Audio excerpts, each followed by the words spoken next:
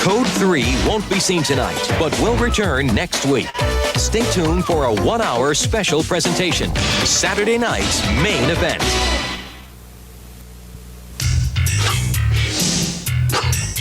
Nothing like a good workout, eh, boy? What's that you say, boy? You say the WWF wrestling special is about to begin? Ladies and gentlemen, the World Wrestling Federation presents Saturday night's main event. And now I, Al Bundy, am ready to meet the Ultimate Maniacs, Papa Shango, British Bulldog, and the mighty men of the WWF on this, the greatest night of my life. Buck, old boy, get ready to rock. The World Wrestling Federation Saturday Night Main Event is brought to you by Mentos, the Fresh Maker.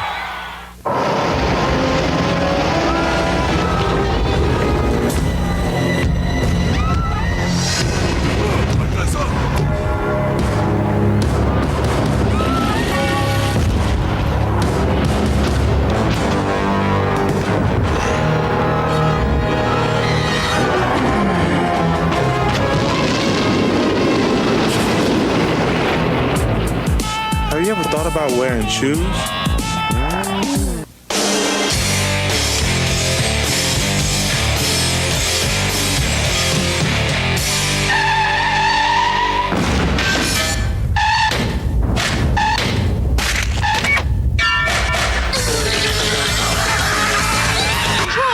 How could you let that happen?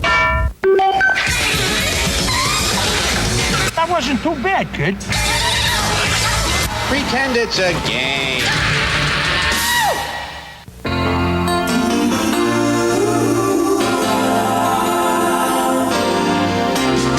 It doesn't matter what comes, fresh goes better in life.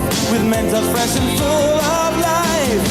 Nothing gets to you, staying fresh, staying cool. With Mentos fresh and full of life. Fresh goes better, Mentos freshness. Fresh goes better with Mentos fresh and full of life. Mentos, the Fresh Maker. More paste, thick, and chunky salsa. Here. This ain't paste, thick, and chunky salsa. Well, woo, doggies. Paste is made with big chunks of tomatoes, onions, and peppers. Perfect for dipping.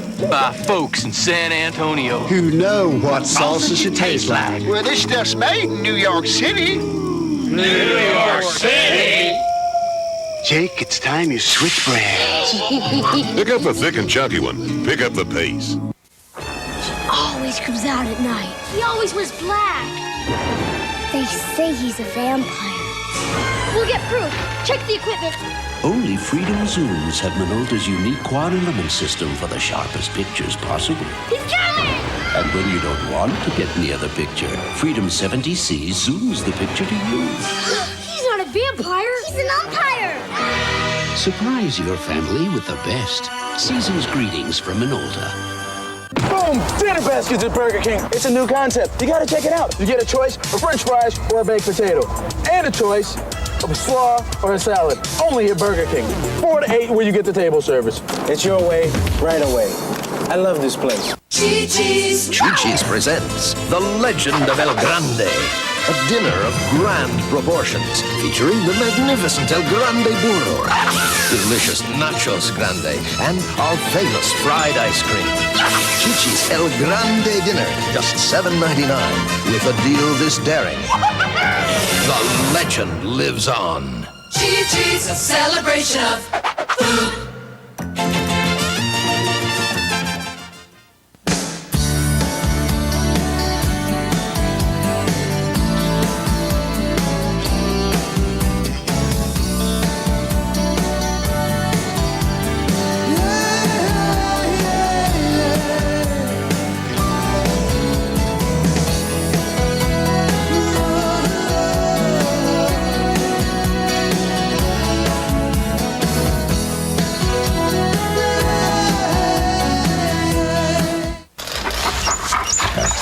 If you were colorblind and had an IQ less than 12, then you wouldn't care which portable you had. Of course, you wouldn't care if you drank from the toilet either.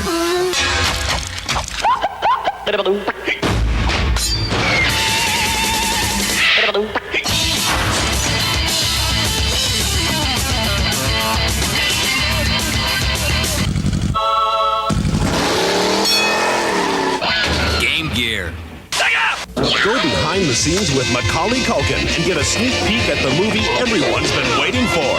The Making of Home Alone 2, Sunday at 7, 6 Central. Damon Wayans returns as Handyman. I'm back!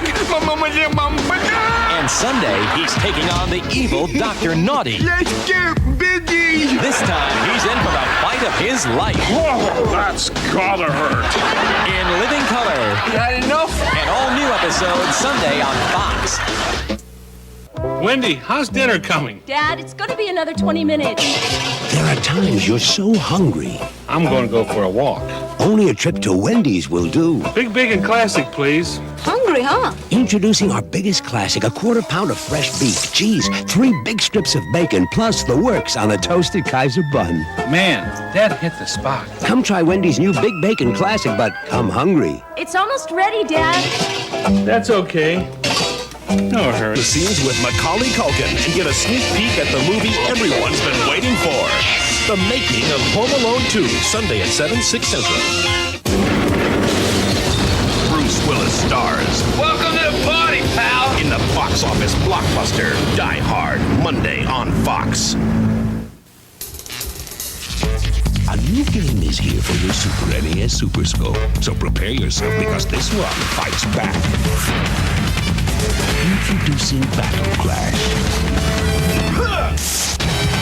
10 levels where monster machines get totally in your face. Battle Clash, it's more than a game, it's a breakthrough. Have you been inside all day? Only on the Super Nintendo Entertainment System. Now you're playing with superpower. To help you paint the picture, you know what I'm saying? Burger King got these brand new dinner baskets. I love this place. Not hoops, baskets. You know, if you come in between the hours of 4 to 8, you get like these dinner baskets. You get a chicken dinner basket, shrimp dinner basket, Whopper dinner basket, or steak dinner basket. Who ordered the chicken? Who got the Whopper dinner basket? You get a choice of salad or coleslaw, baked potato or French fries. So you like having it like your way. Yes, my way. I love this place. I love it more than you do. Thursday, I'll never ever do another stupid thing. Good. Fine. Homer starts his own snow plowing business. My prices are so low, you'll think I've suffered brain damage. Linda Ronstadt and Batman's Adam West guest star. Here's a picture of me with Robin. Who the hell's Robin? On an all-new Simpsons.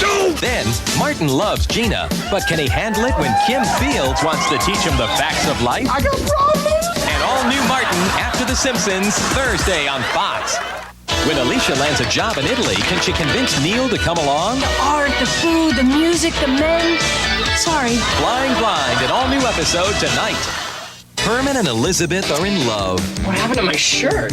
Don't you remember? We tore it in half and used it to tie me to the shower curtain rod. But when she suggests they Move in together? Well, I don't see any other way, do you? will Herman make the commitment? I got the feeling the first time we bring home a date, there'll be hell to pay. An all-new Herman's Head coming up next.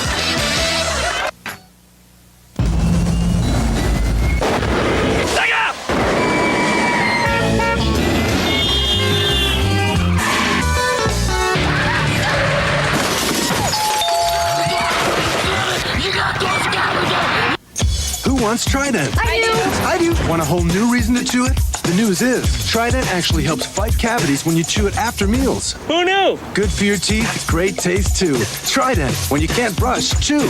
I do!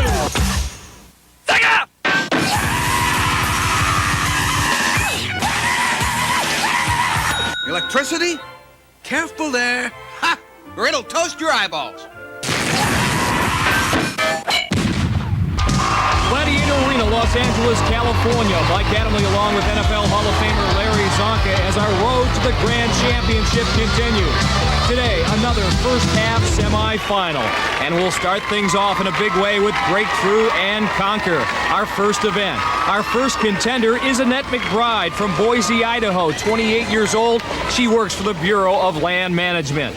In Breakthrough and Conquer, she'll have to go against Sky and Storm. Storm will be inside the conquering, and there's 6'3" of Sky hunkering down in Breakthrough. Contender ready!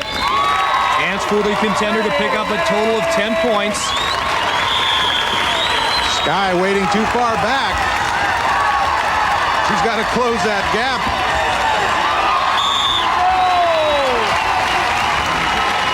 Annette coming to a complete stall at the 5-yard line. One thing you don't want to do for sure in breakthrough is come to a stall in front of that Gladiator.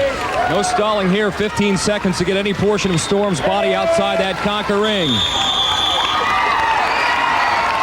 And going up high on the Stormy one, not a good idea. She has to fake high and try to get a leg. There, she tried it. Poor Storm is strong. Storm doing a great job just keeping the contender away from her body. So Sky and Storm indeed lay down the law in breakthrough and conquer. Annette McBride walks away, but with no points. Storm comes out and sets the tone for the day. Contenders beware. The Gladiators are certainly ready. The Samuel Goldwyn Company presents the American Gladiators.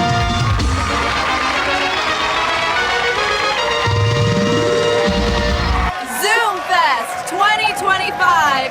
Eat your Wheaties. Zoom Fest 2025 is here and is bigger and better than ever. Choose from 2 amazing packages: the Ballin' on a Budget package, 9 days, 8 nights with 3 nights in Bangkok and 5 nights in Pattaya. Or the Hangover package or Hangover Package Deluxe, 15 days, 14 nights through the Philippines, Vietnam, Bangkok, and Pattaya. We got you covered with the airline tickets in Southeast Asia, transfers to all hotels, 4- and 5-star accommodations, breakfast for you and guests, a private yacht party in Pattaya, and even custom-made suits. Plus, a 1-hour consultation with the Travel OG, and enjoy a guided tour with L Boogie. Packages start at just $72.99 before discounts, with $200 off for early bird. Reserve your spot now for just $500 down. And don't worry, if you change your mind within 7 days for any reason, cancel for a full refund, no questions asked. Want more details? Email us at zoomtothailand@gmail.com. Don't miss Zoom Fest 2025.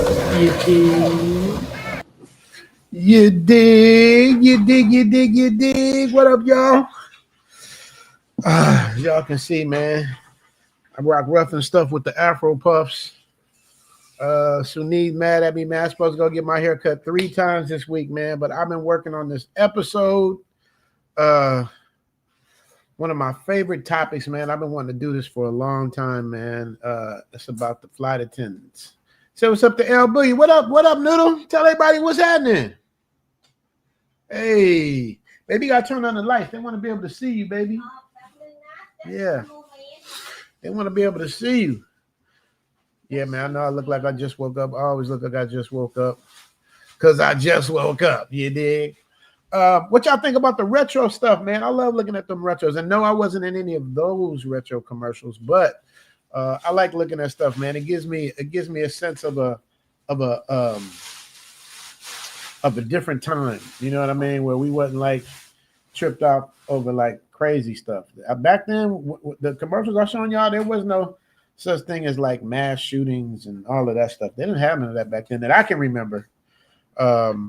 You know, it was just normal. I really feel like, man, I feel sorry for the generation under us because they left with everything in shambles, man. There's no sense of normalcy. Anybody my age, within 10 years of my age, up or down, can tell you, man, we used to walk to school as kids, man. We used to walk to school as kids like it was normal. Now, you ain't trusting nobody. You ain't trusting nobody with your first grader, third grader. Me and my friends would walk to school. Me, Freddie Trammell, Dude and Dave. Like, you know, we was like the Black Little Rascals. You know what I mean? Like, there was no sense of danger. Only danger we had to deal with was bullies. You know what I mean? And we dealt with bullies the way you deal with bullies. You did. Ron Saluki in the building. Me and Ron had lunch last week. Shout out to Ron. Always supporting, always there on the channel, man. It's like we got a good one for you guys today, man. I'm doing the week in Thailand, man, and we're gonna cover all kind of stuff, man. I got stuff for y'all to see. You know, there was the earthquake in the Philippines, and you know, for Zoom Fest, we're going to the Philippines, except we're going to a different part of the Philippines. So the earthquake was in Cebu. My driver, Mark, my guy, we've been friends since before the pandemic. Whenever I go to Cebu, he's my driver. He called me, told me what was going on, sent him a little gift package, you know, to donate, man. You guys got to always give back, man, when you can, man. God blesses you. Pay it forward. We're going to talk about the Diddy Gets Fitty. Diddy Gets Fitty. Y'all want to know, was that enough? Was it too much, or y'all just sick of it all together? You know what I mean? You know, I don't, on this channel, I don't do too much political stuff. Now, on the Richie Mack show is going to be different. I'm going to cover a little bit of everything. And I'm slowly like blending y'all into the Richie Mack show, which will be something we doing. Baz did the theme, of course, and it's dope. I'm gonna give you guys a preview of the episode coming up. So it'll be up tomorrow morning for you guys. I mean, no, tomorrow evening for you guys. It'll be tomorrow morning for me. So it'll be, I'm dropping it at like 6 a.m. or 7 a.m. tomorrow for me, which would be 8 p.m. in New York. So 8 p.m. New York, 7 p.m. Chicago, and 5 p.m. in LA. That's what it's going to be. Trying to get that together. But as y'all know, man, it takes me a long time to put these episodes together. I was telling Chocolate Man, and I was telling Keys too. Shout out to Keys. It literally, you guys, y'all talking about the editing. It literally takes me, I did the math, 4 hours per minute. 4 hours per minute of video you get. 4 hours per minute. That includes finding the right music, writing the script, doing the voiceover, editing, the emoji, and then I do a polish edit at the end to make sure everything is tight. Sometimes I get tired, I fall asleep. The music levels sometimes are too high. That's when you hear the music levels too high, you guys, that's when you know your boy just got burnt out. So it literally takes me 4 hours per minute. And this episode is like 20 minutes long. So I'm gonna give you guys a little teaser shot of this so you guys will know what we talk about, what you guys will know what my thing is. Let me see. Do I have it here? Can I pull it up? Let me see. Okay, let me see. For y'all. How y'all doing out there, by the way, you guys? You guys miss me this week? I miss y'all, man. I look forward to doing my streams.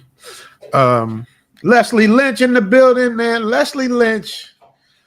Y'all don't know, man. Leslie Lynch, Jay Shar, E1970. I got people that's been rocking with me for years. It's like a big old family, yo. You know what I mean? Every week, week in and week out. Red Label.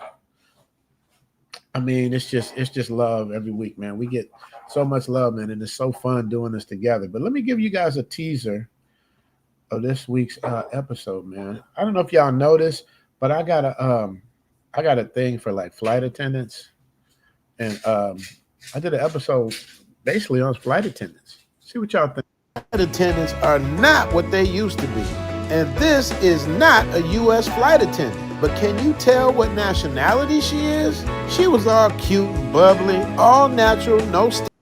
Wait a minute, wait. That's the TikTok size version. I got to give y'all the real deal, man. Y'all get to see the whole. That's why, man, I hate, man, I'll be honest, you guys, because I'm a filmmaker. I like the widescreen.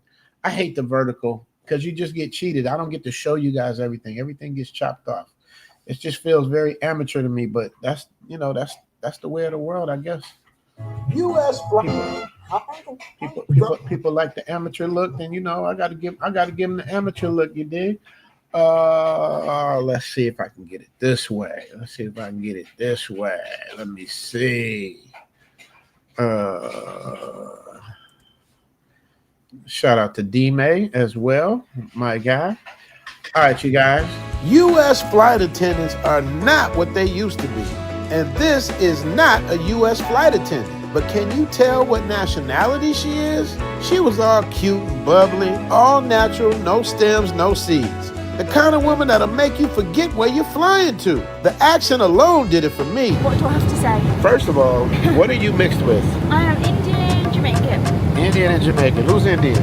My mom. Who's Jamaican? My dad. Hey, but we're gonna find out more about this biracial beauty later on the trip, where she gives the travel OG an impromptu interview straight from the airplane. Also, I'm gonna give you the top 10 most attractive flight attendants around the world 2025. But first, that's all y'all gonna get.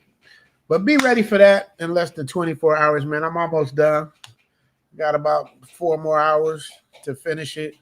The key is to make the shows look like TV show. That's what my goal is, to make you feel like you watching a TV show. That's the whole goal. That's why it takes me so long, because I'd rather take longer and it be good than throw some shit up there. You know what I mean? Like, it can't be, we can't come with the whack jacks. You know what I mean? It's a lot of whack jacks out there, and I gotta separate myself. King may say, Zoom to Colombia. I got some Colombia stuff coming too. I'm gonna tell y'all, man. Colombia got something to say. Colombia got something to say. Hey, I always underplayed Colombia because I've never been there. You know what I mean? So it's easy to downplay something when you ain't been there. There's a lot of y'all nerds be trying to downplay Thailand like y'all got it all figured out. Y'all know everything, man. It's you got to get boots on the ground to really understand what you're getting yourself into. You understand me? Medellin is Pattaya with ass. That's just the best way to say it. I hope I don't get demonetized for that. Matter of fact, they be on me, y'all. Y'all don't know. They be on me, bro. They be on me. I get jammed up every stream. And I know why, though, because, you know, I like to give y'all, when I get super chatted, I like to give rewards. You know what I mean? Like, you know how they do the what's his face? How, you know, you teach a animal something, or the dolphins, and you get a reward. You know what I mean? It's called instant gratification, man. And I'll be she said phone thought. Look at Thai Noodle. She got the clothes out there. She said phone huh? Who's that? Is that Brisket? Oh, Bear H. What up, Bear H? I'm about to read these super chats off real quick. And we gonna get into it, man. We got a lot to cover today, you guys, on this one. We got LadyBoy Gangstas now, man. LadyBoy is literally jacking mainly Indian people and a few Russians right on Beach Road, man. They from what I understand, because, you know, I don't, you know, but from what I understand, when you walking down Beach Road at night, they'll surround you and, oh, I love you, we love you, we love you, and they slowly like jacking you for chains and necklaces and watches. And by the time you get back to your hotel, you be like, what the hell? So I'm gonna talk to y'all about that too, man. I got some new super chats for y'all. Let me see. All right, let me read this. Let me read up these. Y'all know who came in first with the first super chat as usual. It's Mr. E1976, man. E1976, man. He's consistent. Here's to the tip jar. Thanks for everything you do, Richie Max. Stay pressing forward. I mean, that's E1976, and I reward him with his own super chat. Pretty baby. What's that?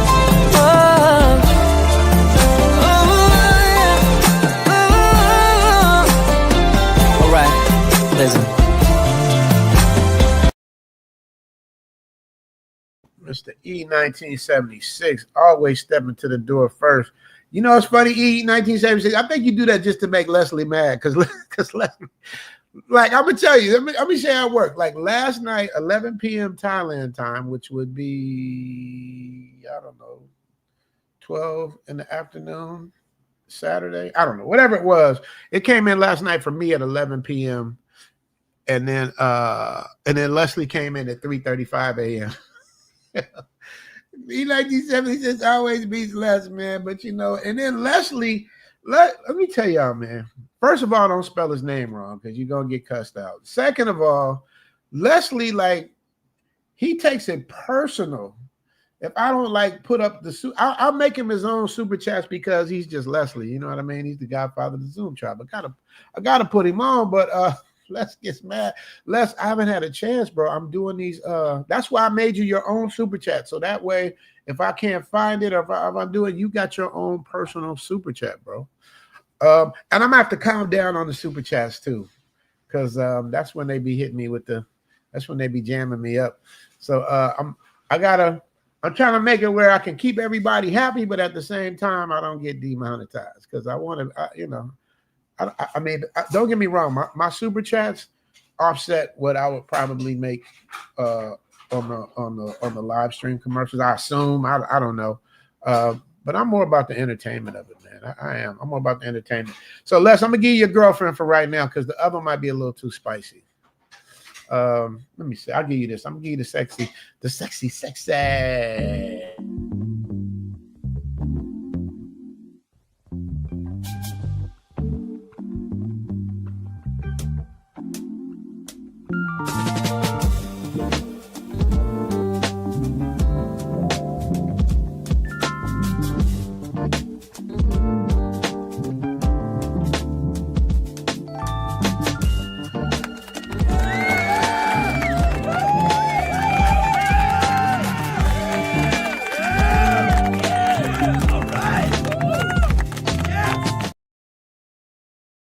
Shout out to my man Leslie Lynch.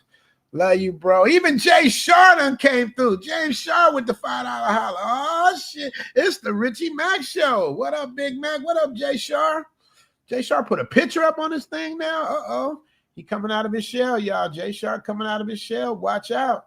Now, Jay Shar is one of, like, particular ones on my Patreon. I got, like, a couple dudes that's like, I'll put up some baddies. Like, what I do is, just so you guys know, for the Patreon members eat first. Like, for instance, like the flight attendant girl that you guys saw, the half Jamaican, half Indian, which is a cold mix. She's half Jamaican, half Indian with an English accent. I mean, I don't know about y'all, but I love the exoticness of that. But Jay Shar super picky, James Bond super picky. I gotta do it. We like family in the Patreon too, because I'll put up stuff like last week, like I think it was a couple days ago on Patreon. I put up Smash and Pass, and then I'll show something from my past, and then I ask my guys in the Patreon, would you smash or pass? You know what I mean? And I have excellent taste, but Jay Shar not impressed. Jay Shar, like this, the woman got to be like 5'1", 90 pounds. Like he likes some real, she like the slim goodies, and us brothers, we like them thick. So let me get this to Jay. I know what he like. I'll give him a slim Thai Diddy.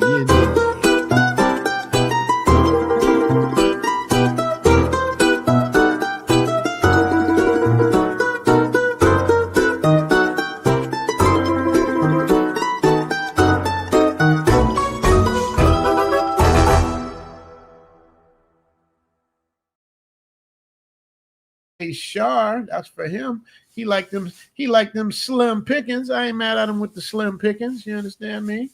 Shout out to Bear H. Love the intro. Appreciate you, Bear. Bear gave me the $2 holler. Where's my $2 holler at? I got the shorties for the $2 holler. Where y'all at, shorty? Where y'all at, shorty? Where my shorties at? Where my shorties at? I don't see my shorties. I'll give you, but I will give you. Y'all talking about Zoom to Colombia? This is what it's like in Colombia. This was live. Like this was no makeup studio shit. This was real stuff. I'm like literally saying hello and watch how she's going. So bad. Ven acá. ¿Cuál es su nombre? María. María. Mucho gusto, María. Qué linda.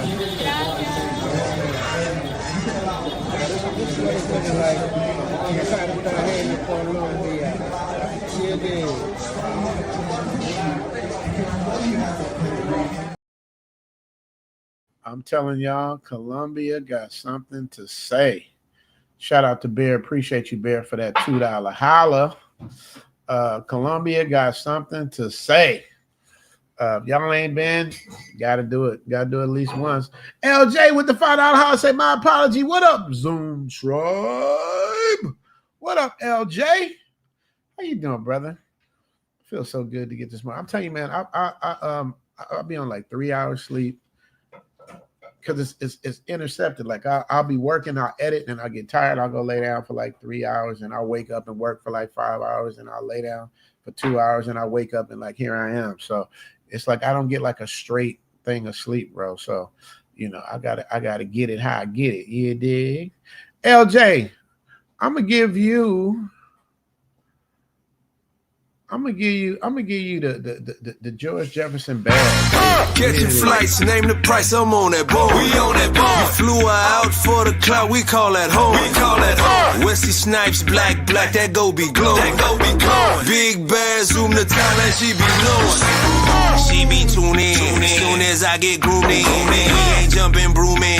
Focus, baby, zooming. Ain't no way we booming. Off the plane, we knew me. Ain't no one for two me. Trust me, you win.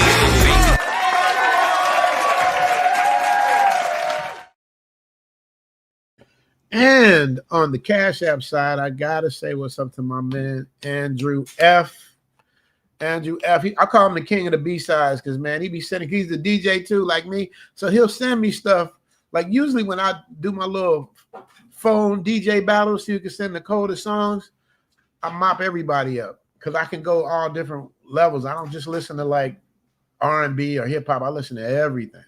So people that know that are my age, like when we were younger, the radio, it was like no black radio, white radio. It's like you would hear Benny and the Jets by Elton John 1 minute, and then you hear the Spinners the next minute. You would hear a little, whatever was good, it was all melted in together. So I can go into all different categories and stuff like that. So, but Andrew, this dude be hitting me with B-side songs I never heard of, man. I'd be like, where did you get that? I never heard of it, man. But that's him. So BJ, you're gonna get the new Colombian. You're gonna get the Colombian. No, I'm sorry, not LJ. Andrew. I already gave LJ his. Hold on. Andrew's about to get his. This is the Colombian super chat. Andrew, thank you for that $50 holla.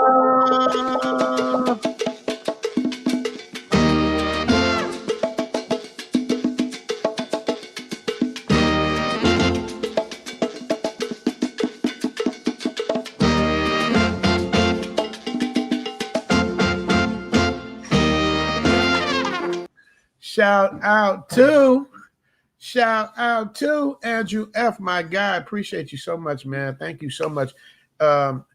People like you guys understand when I say family. It's like I'll literally be editing, tired, working, and I'll look at my phone and be like, boom, you just got a super chat. Or they're watching an episode, you got a super thanks. Y'all don't know how much that means to me, man, because y'all know I don't really be asking like that. I just hope y'all appreciate the work and y'all, give from your heart or whatever it is. You know what I mean? That's what keeps this channel going and keeps me going. So, when I get these, man, I'm just like blown away, man. And it doesn't stop, man. The blessings keep coming. I praise God. And shout out to Bernard Wright. Bernard Wright with the $5 honor. But Andrew F, man, let's battle right, man. Don't be sending me B-side songs I never heard of, man. I can't connect. I need a song that I know.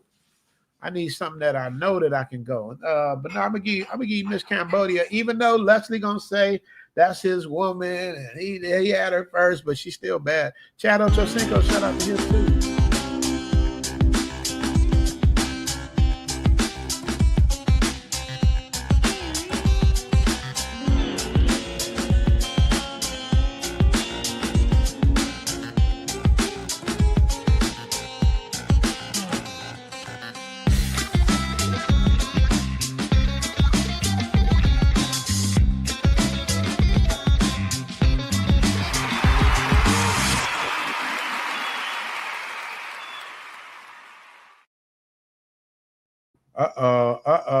Yoda's in the building. I made a special Yoda Star Wars one for Yoda, but I know what he likes now. I got I didn't get a chance to finish it yet. What does he say? I found good places to build a gym in Bangkok and Pattaya. I found good places with big houses. Let me tell y'all something about Yoda, a.k.a. Theo Waff, a.k.a. the brains behind the Manosphere. Theo be bluffing, man. Theo, I'm calling you bluff, man. You bluffing. You bluffed in Brazil. You bluffed in Colombia. You bluffing in Thailand. Until I see you out here, I don't believe nothing you're saying. I love you, but I don't believe nothing you're saying. And also for Zoom Fest, are we going to give away, do a Zoom Fest giveaway? Because last year worked out well, man. We had a contest. The best man won from what you guys voted on. And Shondell is like part of Theo's class. Not only did he come to Zoom Fest, but he also is a part of the Manosphere. He's doing the classes. He's building. He's young too. He's like in his early 30s, I think. That's what we're trying to do. We're trying to build people up, man. You know what I mean? Build them up so y'all can get out because it's crazy over there. So Theo, I'm calling you bluff. Let me know if we can do some sort of a Zoom Fest scholarship this year. I got a couple slots available, and I would gladly fill one of those up with somebody who can't afford it, but would appreciate it and take advantage of the situation and really make the most out of it. That's what it's all about, Zoom Fest. So there it is. So I got a big heavy hitter in the thing. Jack Dragner in the building with the $100 holla.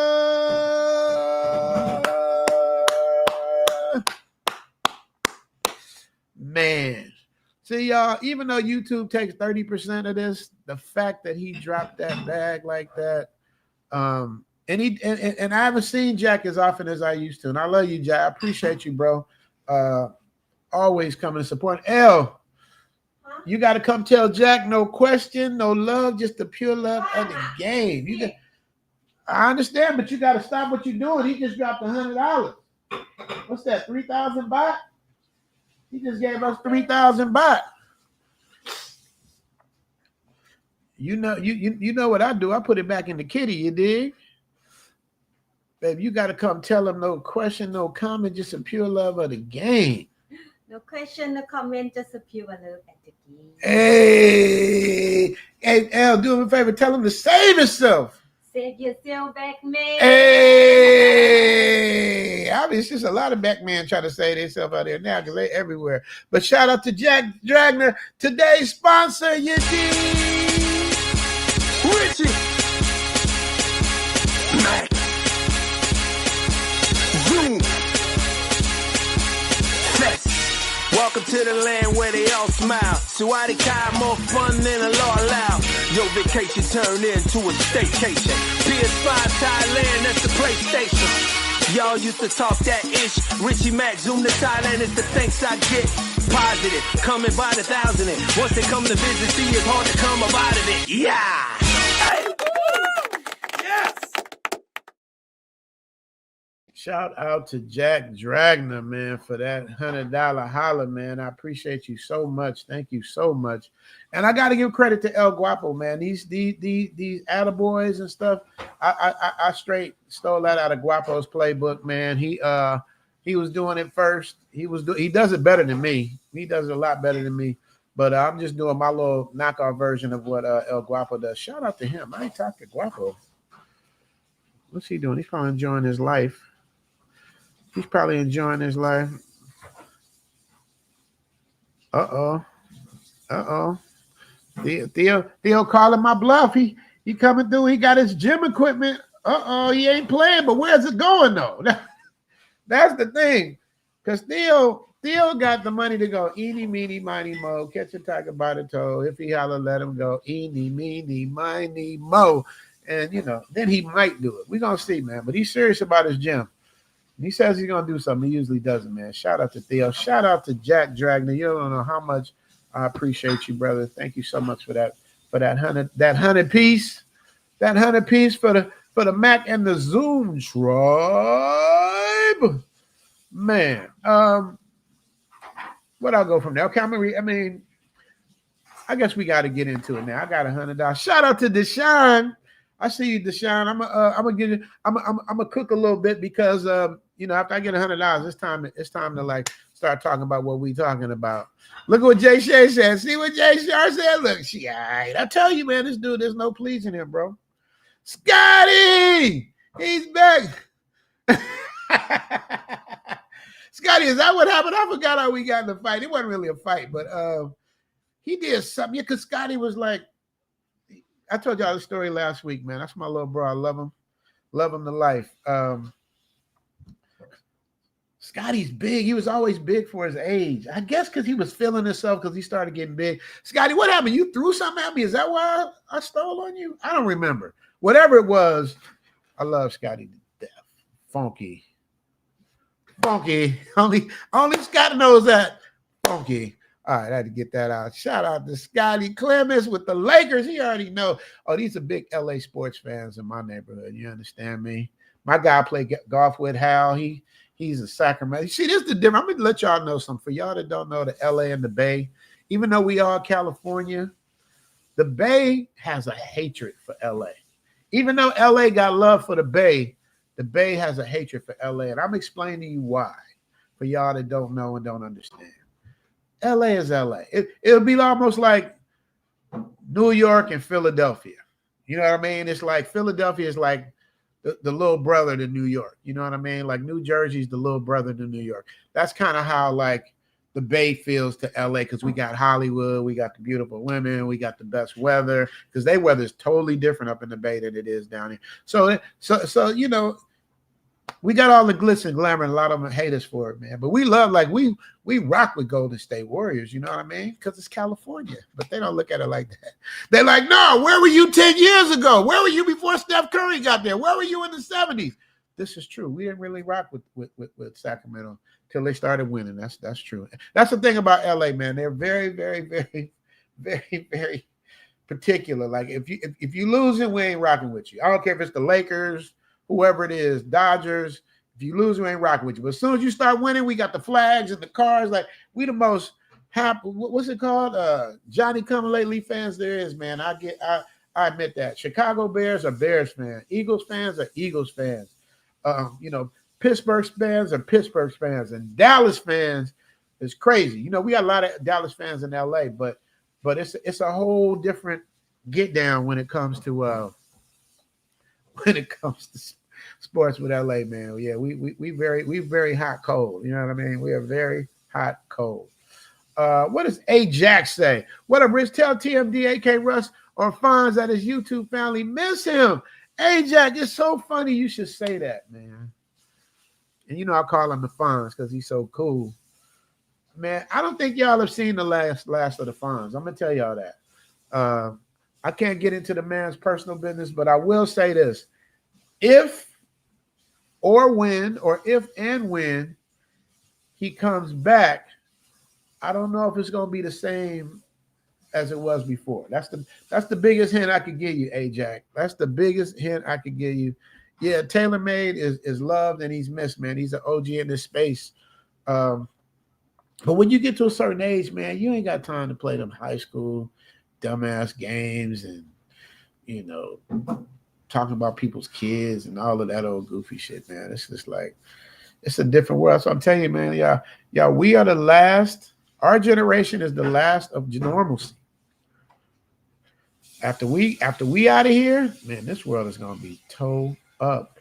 What up, Benjamin? He says, what up, Zoom Tribe? So shout out to Ajax. What can I give Ajax for that $5 holla? What can I give Ajax for that $5 holla?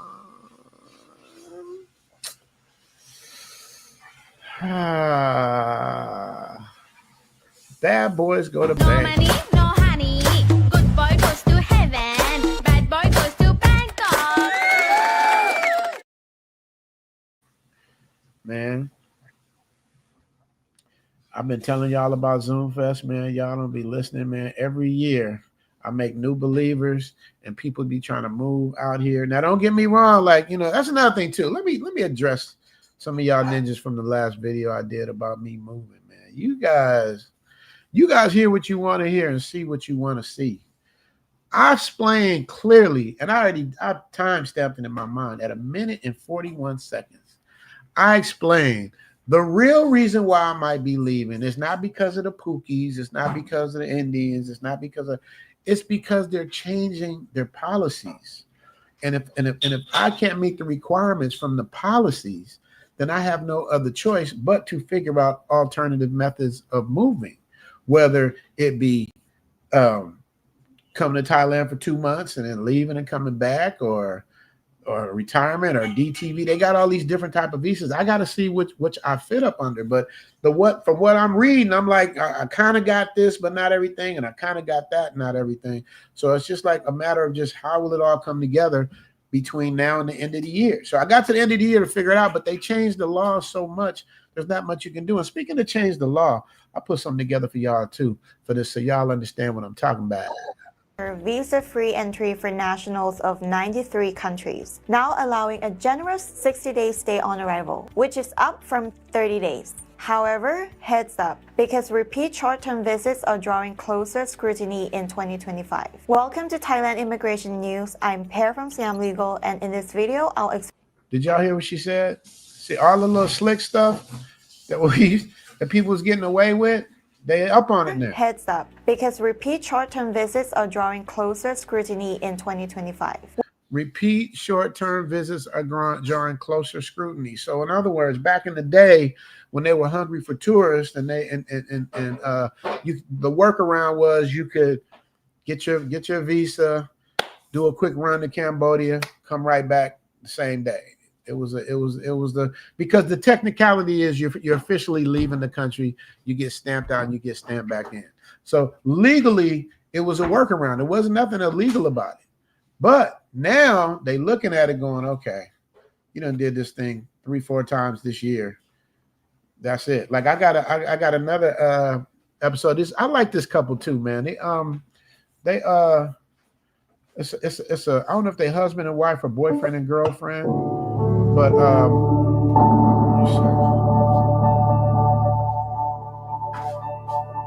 they see, my computer's still going. They ain't supposed to do that. I pressed stop 5 minutes ago, so I got to wait for it to play out. All right, thank you. Damn. They're a couple, man, and they did their thing. They didn't even do a turnaround. They left to Malaysia and I can't think of their name. They left to Malaysia and came back, and they wouldn't let them in.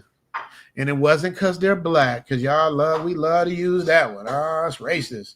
You know what's funny about that, man? Whenever people don't agree with the fuck shit, it's racist. You know what I mean? They just don't want to deal with the F shit, man. This just is what it is.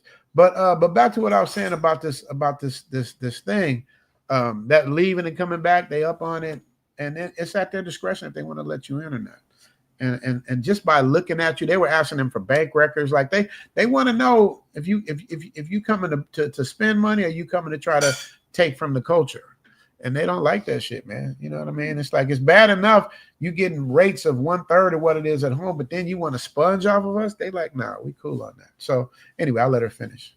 Continue. Welcome to Thailand Immigration News. I'm Per from Siam Legal, and in this video, I'll explain exactly what's changed and what you can do to avoid problems at the border. So, what are the key updates to Thailand's visa-free entry? First, your stay is now increased to 60 days on arrival, and you even have the option to extend it once for another 30 days at the immigration office. Next, a mandatory Thailand Digital Arrival Card, or TDAC, was introduced on May 1st, 2025, which logs every single entry and exit to track. Hold on, we got to go back and hear what she said, man, because we got to be clear on what they're saying. This is what's changed, and because the laws changed so much that you can innocently make an innocent mistake and pay for it. Like me, like when I got back from Colombia.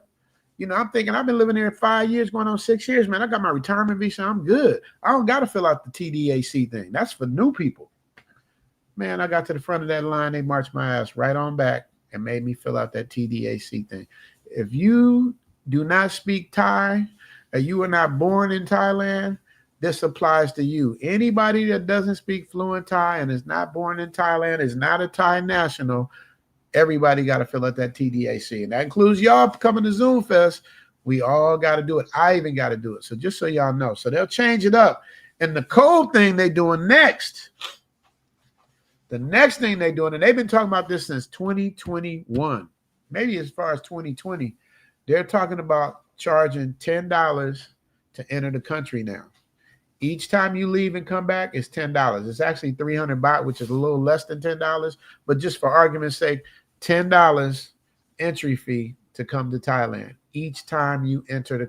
So I don't care if you left for 2 days and come back, you paying the $10 again. If you left for 30 days and come back, paying the $10 again each time you come in. Now they haven't figured out how they're going to do it. I don't think they'll be standing up there taking $10. I think it might be absorbed into your airline fee. They haven't made it clear, but they have been talking about this for years. And people were like pushing back, fighting back. They were upset about it. And they kept saying, all right, we ain't going to do it. They'd be like, we're going to do it. And like, all right, we ain't going to do it. But now it sounds like they're going to do it. So we'll know within the next 4 months if they're going to do it or not. So just a heads up to you guys, man. Get ready for that extra $10 holler that you're going to be giving them. You dig? Now listen very carefully what she's... At the immigration office. Next, a mandatory Thailand Digital Arrival Card, or TDAC, was introduced on May 1st, 2025, which logs every single entry and exit to track repeat visits. While there's no official cap on the number of entries, that mandatory TDAC system logs every arrival. Okay. Now make sure she's talking fast. So I want to make sure y'all understand what she's saying. She's saying, so you got they haven't changed the 60 days on arrival yet. So you get 2 months off top. Then you can go back and get 30 days more. So you can get 90 days off top, and then you have to leave. Now, what people were doing is they would do the 60, then the 30, then bounce over to Cambodia, bounce back, and rewind the clock. Now you got 6 months in Thailand if you know how to do it right. And it's all legal. But now they're saying they're looking at that.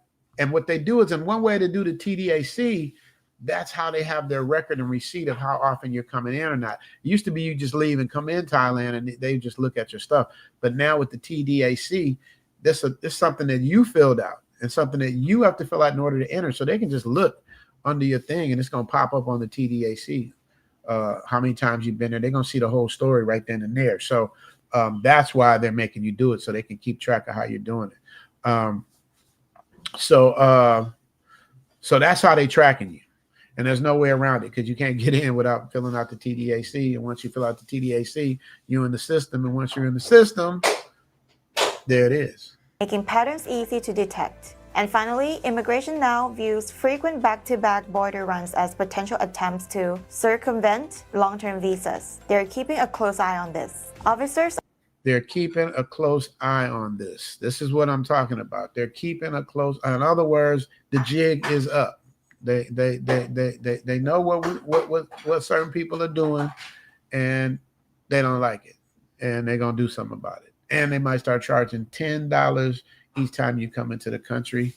Remember, you heard it here first. Are now assessing your behavior, not just your documents. For example, multiple entries within a few weeks suggest a non-tourist intent. Also, quick land border turnarounds without confirmed outbound tickets or hotel bookings will definitely raise suspicion. And if you give vague or inconsistent answers about your reason for returning and can't show proof of funds, it can lead to a last entry stamp or even outright denial.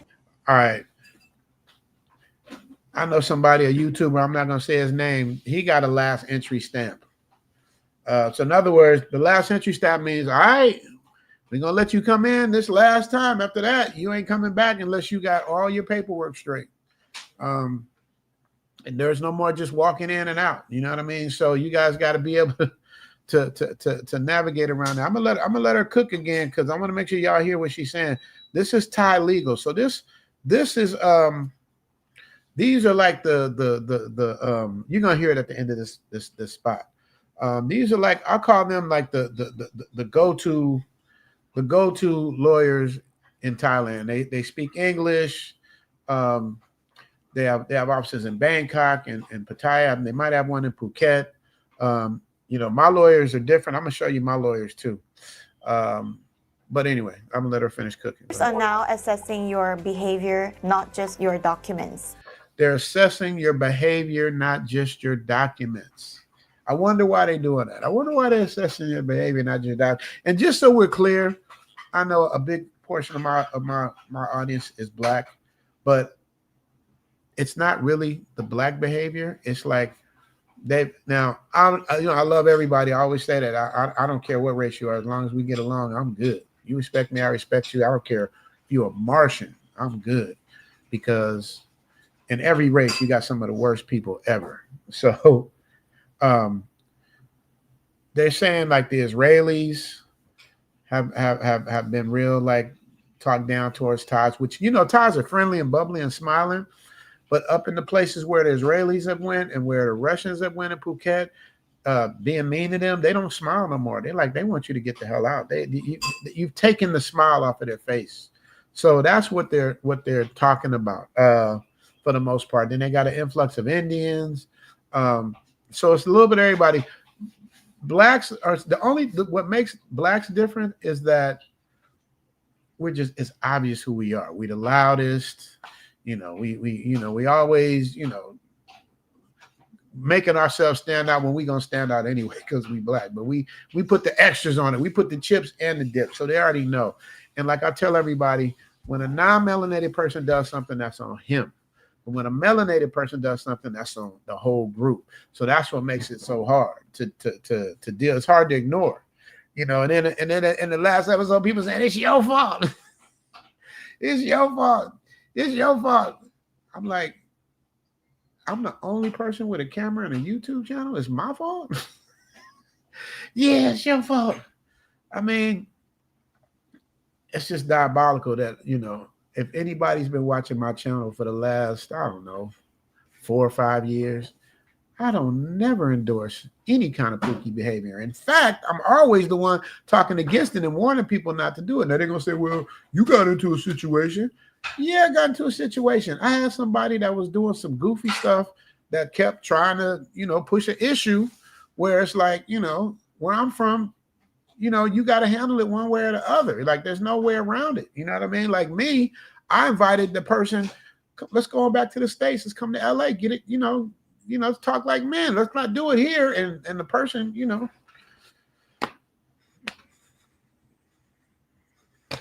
and here we are, you know what I mean? So, so not because, I'm trying to set a bad example, but it's like I'm not going to ever not defend myself. I'm always going to defend myself. So, but you guys got to understand, man, it's not one particular race. It's an amalgamation of different people, different things. They say the Chinese ran the scams with the banks. Like this is the things that I'm hearing. This is allegedly. So everybody got their own hand in the dirt. You know what I mean? The Indians doing one thing, the Chinese, the Israelis, the black, everybody got a hand in it. So it's a culmination of a bunch of goofy behavior. So so that's what that is. So let her finish. For example, multiple entries within a few weeks suggest a non-tourist intent. Also, quick land border turnarounds without confirmed outbound tickets or hotel bookings will definitely raise suspicion. When she says that, definitely raise suspicion, that means they're on to you. So just know, if you try it, because I know some people, I ain't gonna say no name, I know some people that got away with it for a long time. And all of a sudden they disappeared. I'm like, what happened? Like, man, we had to giddy up. So I'll let her finish. And if you give vague or inconsistent answers about your reason for returning and can't show proof of funds, it can lead to a last entry stamp or even outright denial. If you rely on visa-free entries, take these simple precautions. First and foremost, space out your visits, avoid rapid successive entries, always carry proof of funds, confirmed accommodation, and a paid departure ticket. Proof of funds. They going up in your bank account, y'all. They want to know, like, all right, how much money you got? If you got $8, nah. How you gonna live? Because they got some people, some YouTubers that literally are on YouTube saying, hey, we came to Thailand with no money. That's the last thing you want to do, is tell people in a country like this, you got out here with no money. The whole purpose is to spend money. You go to Vegas is to spend money. You go to New York is to spend money. You go to DR is to spend money. The whole purpose why they welcome you is to add to their GDP and spend money. If you come in not spending money, then that defeats the purpose of you being here, and that's why you get ejected real quick like. And this is a big one. Don't mention working remotely unless you hold the correct visa. Don't mention working remotely unless you hold the correct visa. Yet another reason why I got to figure out the visa situation. It's that you got to hold the correct visa. And that's why I have my lawyers working on it and everything, because I always want to be on the right side of the law. You understand me? So this is very important. See, the thing it is for you guys that are thinking about coming out here, moving or relocating, Thailand, they have a huge gray area. You know what I mean? They'll be like, okay, you know, there certain things, okay, yeah, you shouldn't drive past 55. You did 65. We're not tripping. You know what I mean? All right, you did 70. You know, all right. You did 80. Okay, you tripping. Oh, you did 120. Oh, hold up. Pull over. Now we need to see all your stuff. We need to see your passport. We need to see your entry. We need to see where you stand. So that's when they get you. When you get outside of the gray area and get into the other area, that's when they want to know everything. And that's how you get twisted up. For those of you who need frequent or long stays, it's best to apply in advance for the right visa, such as the Destination Thailand Visa or DTV, the Long-Term Resident Visa or LTR, the Retirement Visa, and the Thailand Elite Visa. All right, so those things right there, those are the ones, the DTV, Destination Thailand Visa, the LTR, Long-Term Resident Visa, the Regular Retirement Visa, and the Thailand Elite Visa. Now, if you got paper, the Thailand Elite Visa is the where to go. That's the one I did the episode about 80,000. If you're making 80,000 on retirement, a lot of people, that's not a lot of money, but to some people, that's a fortune. So it just depends.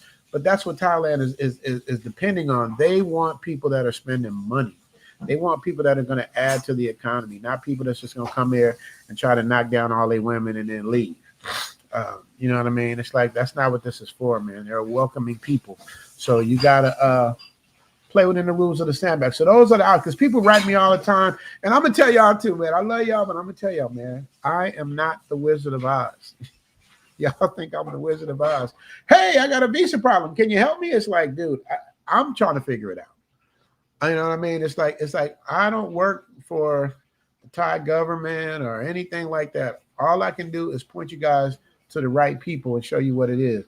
Like Chocolate Man, like he might know all the technical stuff, but me, I'm gonna tell you guys to check with the with Thai immigration so you get it straight from the horse's mouth, because it changes all the time. So you just got to be up on it. I could give you 2 weeks ago information, and now something just changed next week. So you got to stay up on it, man. You have to stay up on it. Visa-free entry is a great perk, but it's just not designed for long-term stays. If you're planning to return often or settle here, Siam Legal can guide you through selecting and securing the proper visa, ensuring seamless border crossings every single time. Siam Legal is the go-to lawyers if you can afford a top-tier lawyer. However, my lawyers at Anglo Siam Legal not only are easy on the eyes, but will get the job done. They handle all aspects of Thai law. Attendees of Zoom Fest will be able to meet them live and have a free consultation in person at Zoom Fest. Limited seats are available. Hit me up, zoomtothailand@gmail.com. Anglo Siam Legal, you get what you pay for. Clear advice which you can understand from day one. A clear way forward that you can look upon, take instructions upon, and decide upon.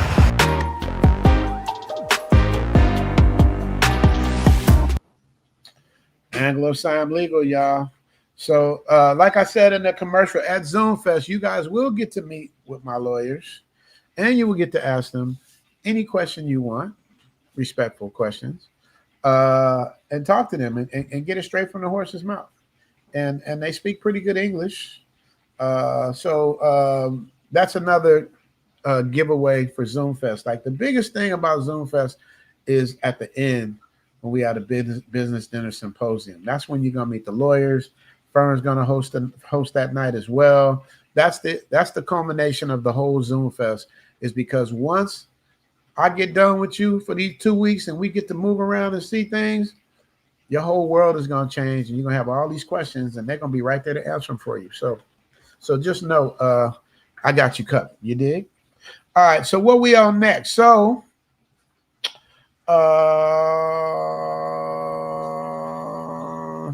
Kevin Crawford wrote that in caps. Did you hear what he said? Stop sending super chats. Start sending cash out. YouTube take 30% of the YouTube conference, and we want Richard to get 100%. Man, I appreciate you. But you know what though, Kevin? You're right. But on the other side of that is some people, man, you know, they like to get their props and see their name. I used to do it with lead attorney. I was sending money, $20, $50, because number one, I knew there was a lot of people watching. I have a strategy to this, you guys. You guys got to have a strategy for this YouTube game. So I'd have a shout out to Lead too. I sent him a message this morning. He might even be watching. Lead, are you watching? Let me know if you're watching. Shout out to Stuart Washington with the $5 holla. Hey, I guess it worked, Kevin Crawford, because Stuart sent some. Kevin Crawford with the $5 holla. Appreciate you. Julian with the $5. Look at they coming in. I guess you were right, bro. Julian say pizza and beer for 15. Hey. Yeah, man. Cash App does help because it goes directly there, and you know, and I use the Cash App money to take L to dinner usually. And my cousin David, I don't know if he even watch it, man. I know he don't understand, man. He just popped up out here and thinks I'm just like I can just stop working and just go. And I've been trying to link with him since Wednesday. And now it's Sunday out here in Thailand. So hopefully we're going to get to go to dinner tonight, man. But I've been working on this episode. You see, dude, my afro is, that's how you know I ain't been nowhere, man. My afro is, I'm about to be Michael Jackson style in a minute. It's crazy. I can still grow my shit. Hey, man, y'all see it's filling in, man. I put this little grease I saw on what's the name? Some little grease I saw on a TikTok commercial or whatever, and I got some, and I guess it does work, man. Maybe it's just because my hair growing, but it definitely looked like it's filling in, so I'll take it. I know people that lost their shit in high school, so, you know, I'm still holding on. We holding on. Let me see where we at, man. We gonna get to Tell Us Blade with the $10 holla. What does he say? Much love to you in the Zoom tribe. I'll be back next year. I like Chiang Mai as my hangout spot. Tell us, just remember, thank you for the $10 holla, brother. But just remember, you got to go to Chiang Mai in the right time of the year, man. Because when you go to Chiang Mai and when they burn it, when the fire burns, Noodle, when's the fire burning? When did they burn the fire in Chiang Mai? Cold season. Cold season, when is that? Do you know when that is? Look like maybe not now, maybe New Year, right? New Year, okay. So just make sure when you get there, because they burn fire. I don't know why they do it like that. That's a good question. I need to find out why they burn the fire, man. But let me give 10 for that $10 holla. For the $10 holla. Noodle finna eat. She said she getting cow. She said she Hugh cow mak man said she real hungry. She hungry. What can I give Tell Us for that $10 holla? I like this girl. But you guys let me know about the super chat, because you know I make new ones and I get rid of the old ones. And if you guys put a 0, I'm getting rid of it. If you put a 1, I'm keeping them. So this one right here, let me know what y'all think. She's been around for a while.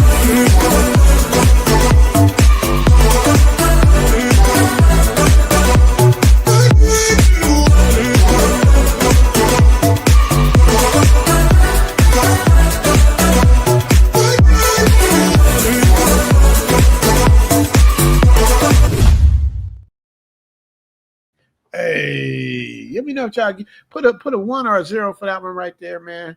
I like her energy, you know what I mean? So shout out to you, Tell Us, for that $10 holla, man. I will see you on the other side, you dig? Time to retire, say 1580 K-Day. See, time to retire. We like the same age. We both raised in LA. Even though Tom retired, don't like me to say it, but he had a more well-to-do family than I did. So, you know, he had that Huxtable life. I had that good times life. You know what I mean? Time to retire, don't front. Unless you can say you had powdered milk. I don't want to hear it. Nigga, I used to have to drink powdered milk, and that is the nastiest. I'd rather have water than powdered milk. Oh, Mom's was doing the best she could, but ooh, powdered milk. Ooh. But 1580 K-Day, you guys, was the OG. 1580 K-Day has asked anybody from the East Coast. Run DMC. 1580 K-Day is what helped blow hip-hop up in New York. Because LA, we was the first to embrace East Coast music, like hip-hop, like Rapper's Delight, all that. Y'all don't know. But 1580 K-Day was like, that was our, what would that be equivalent to? Time to retire. What would that be equivalent to now? I'm gonna bring it up.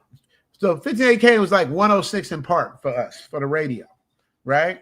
And then I don't know what it would be compared to after 106 in part. What would 1580K be now? I don't know, man. Y'all don't have what we have, man. It's different. But whatever it is, yes, 1580K was the shit. Leslie's writing me in caps. Richie Mac Icefit hit you up and says hello. Thank you, Russ. Les, I put her up when she did it. I don't know if she's still here or not. But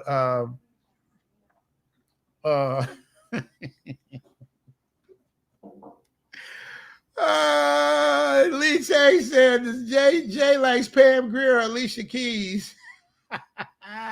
Hey man, Jay Shar is like, I don't know, dude. He's like Mikey. Remember the like signal? He don't know like Mikey. He likes anything. Jay Shar know about K-Day though. Jay Shar know about K-Day. D-May, my guy. D-May, I'm gonna tell you something, man. And I don't usually tell other grown folks business, but I'm gonna tell you this though. Yoda had some of the best things to say about you for the Manosphere, man. He's very proud of you. He said nothing but good things. He gave you the ultimate compliment, bro. So whatever you're doing, keep doing what you're doing. Keep doing what you're doing. Keep doing. Yoda, I can't get into all the personal stuff, but I'm just gonna say Yoda gave you the ultimate compliment. And when Yoda gives a compliment, he means it. So it is what it is. D-May, what can I give it? Just because you made Yoda happy, I'm gonna give you the Yoda super chat. This is Yoda's own super chat right here.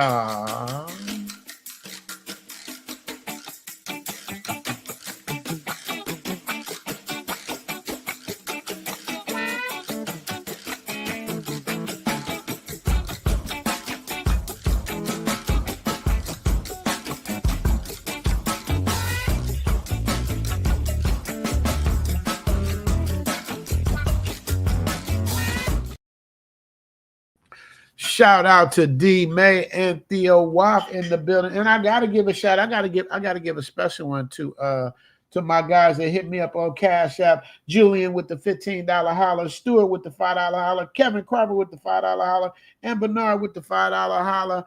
I'm gonna give y'all a good one. Blast from the past. Let me see.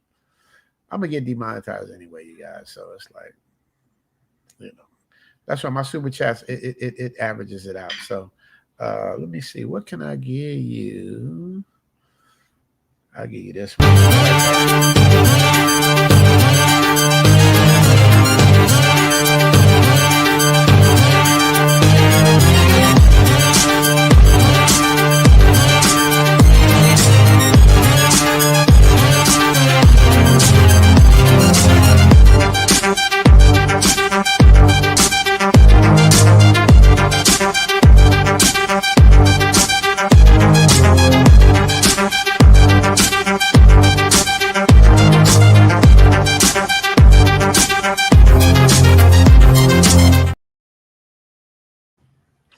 Hey, let me see. Shout out to my guys on the Cash App, man. Like Angry Man said, hit the Cash App and support the show. I got to get Angry Man to do that drop for me. I need him to say, hit the Cash App and support the show. Ethan Cook with the $5 holler, Noodle. No question, no comment. Just a pure love of the game, Noodle. Oh, she talking Thai talk. She like she getting. Hey, she getting better. She getting better at that too. You understand me? Shout out to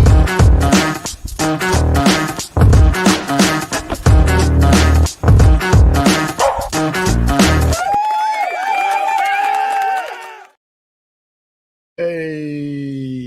Richie Mack, did you think of Selma Hayek? What happened to Selma Hayek? Please don't tell me she went to the pearly gates. Leslie, I don't know what that means. What happened to Selma Hayek?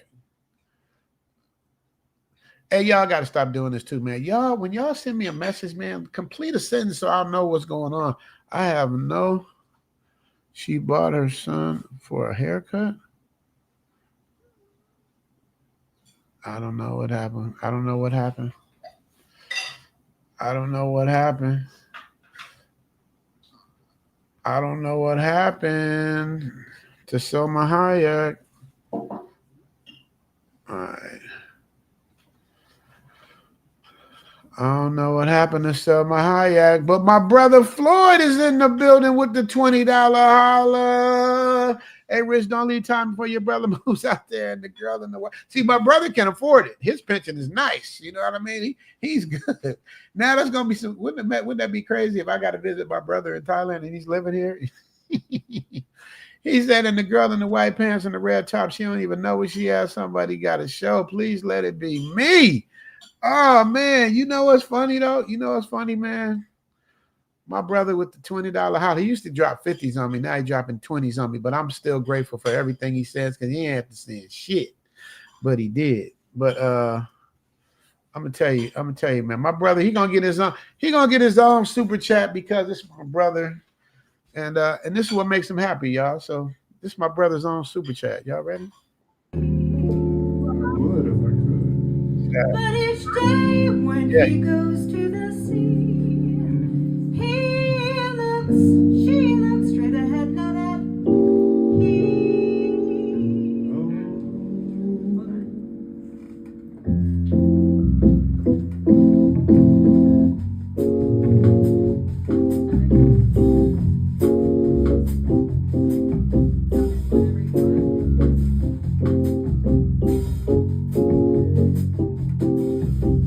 Tall and tan and young and lovely, the girl from Ipanema goes walking, and when she passes, each one she passes goes,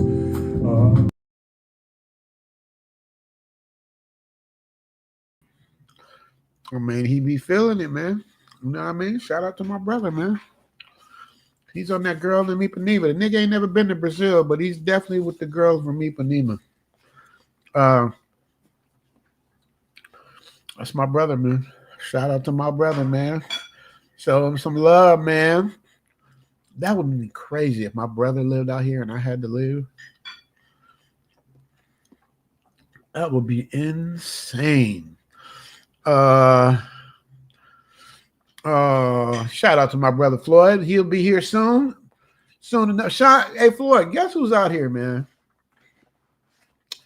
David Moten, Casey and Gene's son. These are cousins. He only he'll know who I'm talking about. But he's out here, man, and he been out here for like 4 days. But you can probably tell him better than me, Floyd, because people come out here and think I'll just be not caring or not paying attention that they're here, but I really be working, bro. This is how I keep the lights on. The lights on. And let me tell y'all something about Thailand, so y'all know. They say everything is so cheap. Everything but the electric bill. My electric bill, just the electric bill alone is $300 a month. Some people have rent for $300 a month. The electric bill is $300 a month. What you laughing about? You already know, huh, Noodle? Tell him, Noodle, how many baht? 10,000 10,000 baht. That's $300 every month. Every month. You don't understand. You turn everything. No, I don't turn everything. I had the AC on in here and the AC on in your room. How about? I don't have the AC on everywhere. No. I say everything electric. You know, I'm cooking. You know. Yeah, that's what I'm saying. I thought you meant I turn on everything. I see what you're saying. Right. Yeah, that's her Thai English. You understand me? See, what is this? Butcher Dylan say, hey Richie, what up, Butch? What does Antoine Hook say? How much money Thailand made last year off tourists? I have no idea. It's a great question. That's a great question. But the real question is, did the tourists get their money's worth, or more than what they could have ever imagined? That's my thing. Wait a minute. I miss my boy. Wait a minute. I miss my boy sent me a $5 holler. Wait a minute. I forgot. Let me catch it back. Where is he at? Deshaun. I'm sorry, Deshaun.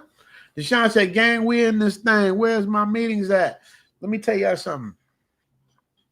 This dude right here is so about his business that he did a consultation just so we could get in business together. That's what it felt like. Deshaun Davis is if y'all serious about like investments and all of that stuff. I told Tom to retire about you, Deshaun, but I don't think he needs as much as like what y'all be trying to like go get. So I told him the type of numbers y'all be wanting, and he was like, time to retire like this. I don't know if I need that much. So but he's there. Drew's in the building. What up, Drew? I ain't seen Drew in a minute either. I owe Drew. Drew gave me the hell of a intro. Every time I think of Drew, I mean that's Drew. I will forget about it. Until I see your name. I'll be like, damn, I gotta use that.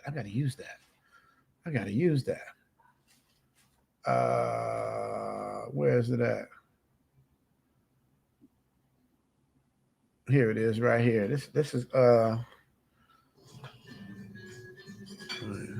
me see. Drew gave me this, man. I don't know if they're gonna hit me for a copyright for this, but I'm gonna show you what Drew gave me.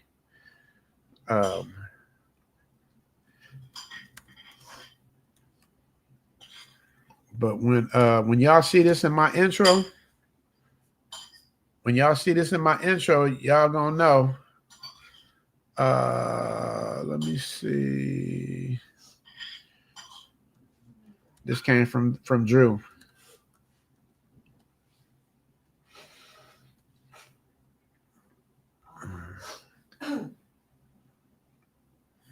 This came from Drew, y'all. This is gonna be in the Zoom.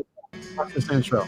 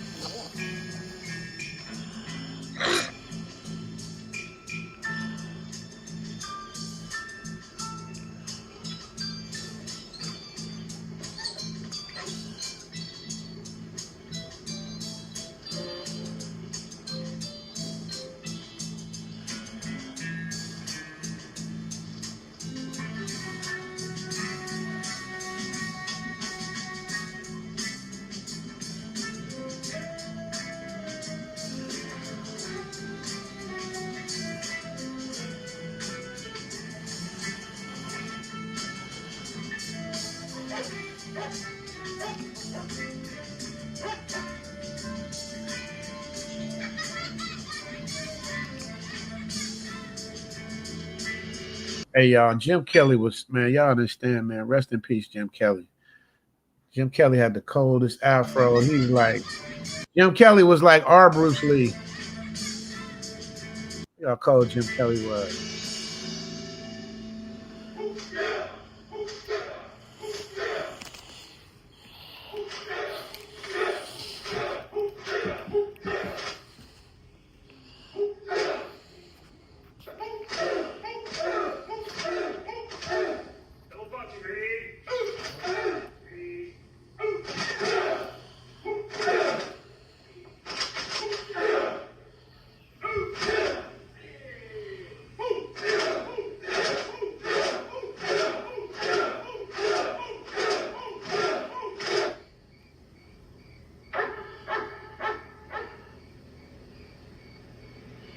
Now, of course, my intro is not going to be this long, but that led up to this scene. This is the scene that Drew gave me.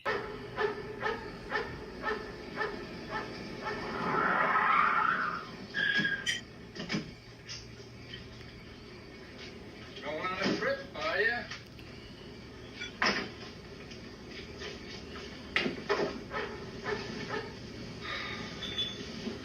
Hey, this jig's got a passport. Where you going, Jig? Where's the plane ticket for? Hong Kong. My Hawaii. He's not going to Hawaii.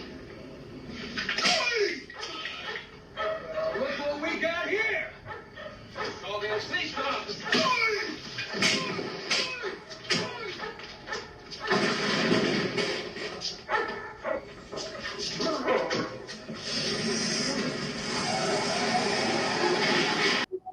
And got off with the police car. See, that's back in the day when we used to stick it to the man. You know, that's when, like, see, that's the kind of black power stuff like I like. Like, you know, I mean, today everybody, yeah, racist, this, they're that, that's the white man. Man, I don't hear none of that shit.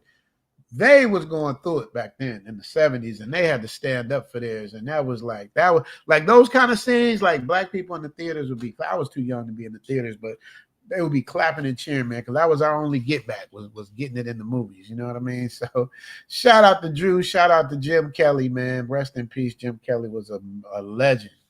So back to Deshaun. I owe Deshaun a meme, but Deshaun, I swear to you, man, I'm still working on this episode, bro. Still working on this episode. But we're gonna set that meeting up with Rob. Hopefully this week coming up, man, because we gotta get it. We gotta get it. So Deshaun, what I'm gonna give Deshaun? What I'm gonna give Deshaun real quick? I see Jay Fleming's in the building. I gotta give him his props. What I'm gonna give Deshaun? Deshaun be about his paper though. Deshaun be about his paper. I don't really have no paper, no paper ones, but I do have.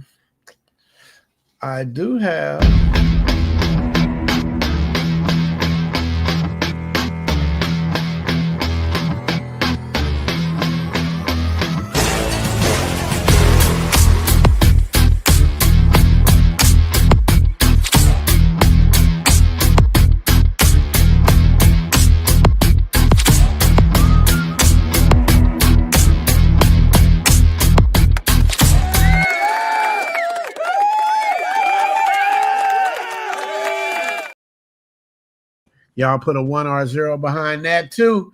That's one of my older ones, but I like it. Jay Sharp said, SpongeBob, you can't please Jay Sharp, man. I gave him a slim one. He still didn't want him. Jay Sharp, man, I don't know what to tell you, bro. I don't know. Oh, wait, Tellus gave me 2 back-to-back $10 hollers. Hold on. Let me change mine for the hangout spot. Oh, he might have did it on accident because it came up twice. Did you super chat me twice on purpose? Tell us, I thought that I saw it twice, but I didn't know you wrote the exact same thing. If you did, thank you for the $20 holla. All right, let's finish cooking, y'all. Let's finish cooking. Let me just make sure. I got to make sure you got to respect the super chats, bro. And speaking of that, Cash App. Oh, shit. Oh, shit. Drew came through. Drew came through as the co-sponsor, I guess because of the Jim Kelly. Drew, you know I didn't forget about you, bro. Man, let me tell you something.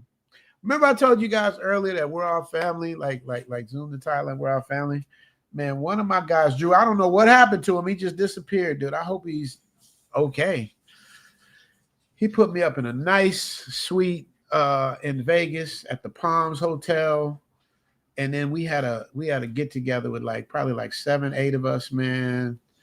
We had so much fun, and Drew showed up, man. A couple people. So it's just, man, you don't know how good it is just to feel love, man. We just hung out we were supposed to go out to the club, whatever. We just hung out at my spot, ate hot wings, and was doing a live stream, man. It was like, you guys don't understand, man, how blessed I feel, man, when people just go out of their way, man. Like it's really overwhelming sometimes, man, when I see what people be saying and how they tell me Zoom effect. When I go, that's one of the main reasons I love going to Manosphere. When I run into people and they be all suited up and they look at me and they say, man, you're the reason I did this, or I watch your show, or I did that, or I'm inspired by this, man. That's the best gift you can ever have, man. I tell you guys all the time, is the 2 best gifts you can have. One is giving and the other is forgiving. That's my motto. The two best gifts is forgiving and giving and forgiving. You dig? But I got to give it up to Drew. Tell us, I appreciate your $10 holler, but I got to give it up to Drew because he is the new co-sponsor of the Richie Mac Zoom Fest. Welcome to the land where they all smile. So I got more fun than a law allow. Your vacation turned into a staycation. PS5 Thailand, that's the PlayStation. Y'all used to talk that ish. Richie Mac, Zoom to Thailand is the thanks I get. Positive, coming by the thousand. And once they come to visit, see it's hard to come up out of it. Yeah! Hey. Yes! Shout out to Drew Knight, my guy. Appreciate you, brother. Thank you so much. Thank you so much for that co-sponsorship.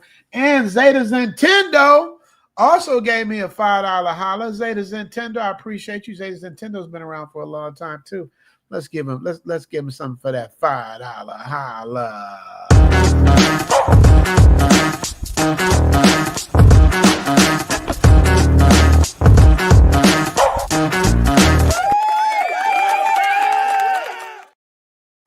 And Michael Slaughter in the building. Michael Slaughter always pops up and does things for me as well. Always, I'll wake up and I'll have $5 from Michael Slaughter. So I appreciate that for that, Mac. I'm giving you the $10 holla.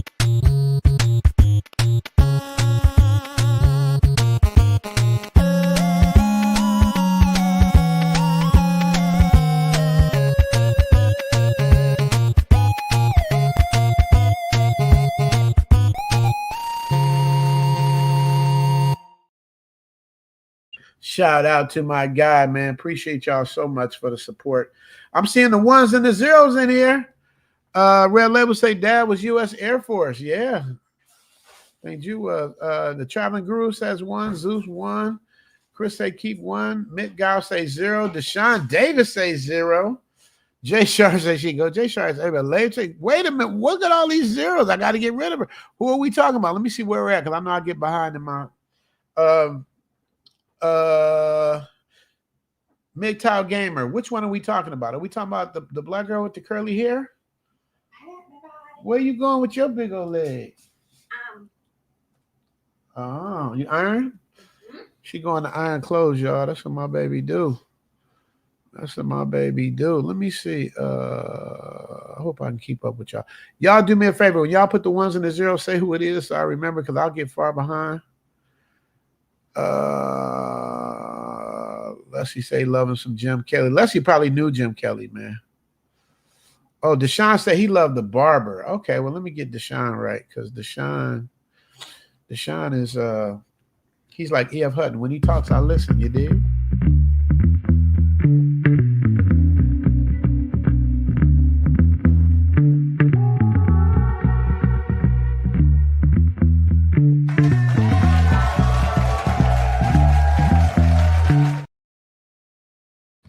And shout out to Deshaun Davis. Deshaun say 1. Rolling after say 1 for the light bill. OG. Oh, that's what it's for, Drew.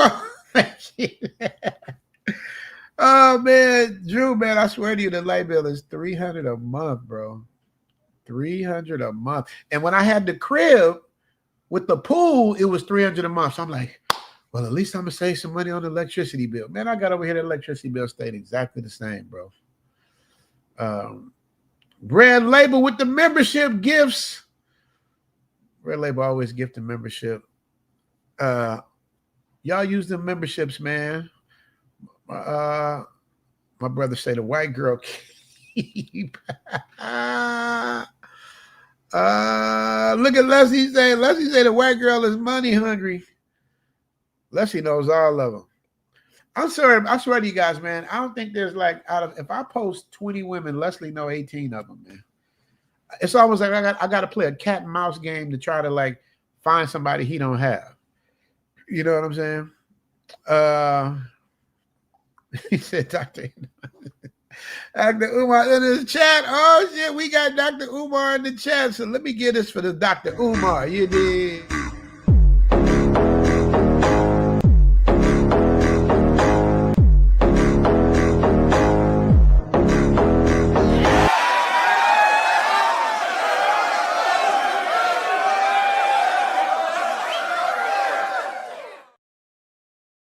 Shout out to Dr. Umar, man. Don't let Dr. Umar front on you, man. He knows what he like. We done caught him inconsistencies a couple times. Foday say I skipped this super chat. Wait, hold on. Foday, the lawyer of the Zoom tribe. I skipped this chat. Let me see what's going on. Zeta came back again at the gym watching you. Salute to you, L in chat. Shout out to Zeta's Nintendo. Zeta's Nintendo sent me $5 on this, $2 on this side, and $5 on the other side. To me, that's a $10. That's a $10 holler right there. So I gotta give him $10 worth of thank you. Dig. Let me give you something at the gym. Let me see. I got some kind of. I know I got me a gym girl in there. Where's my gym girl? Did y'all vote her out? Y'all might have voted her out. I think y'all voted her out, man. Oh, no more gym girl. So I'm going to give you the cakewalk. What about the cakewalk? What about the...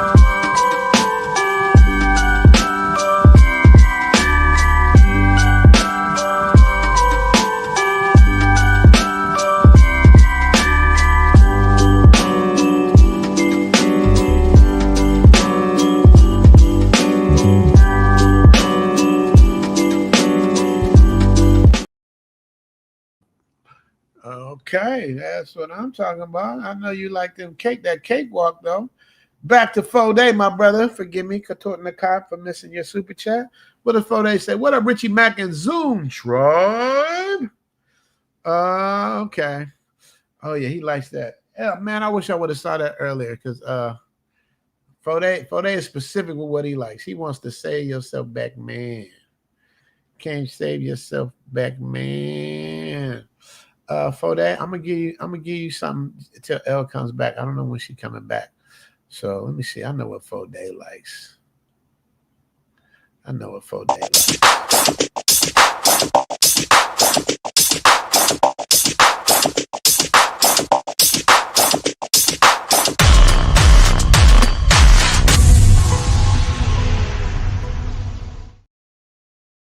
Shout out to Foday, my YouTube lawyer. You dig me?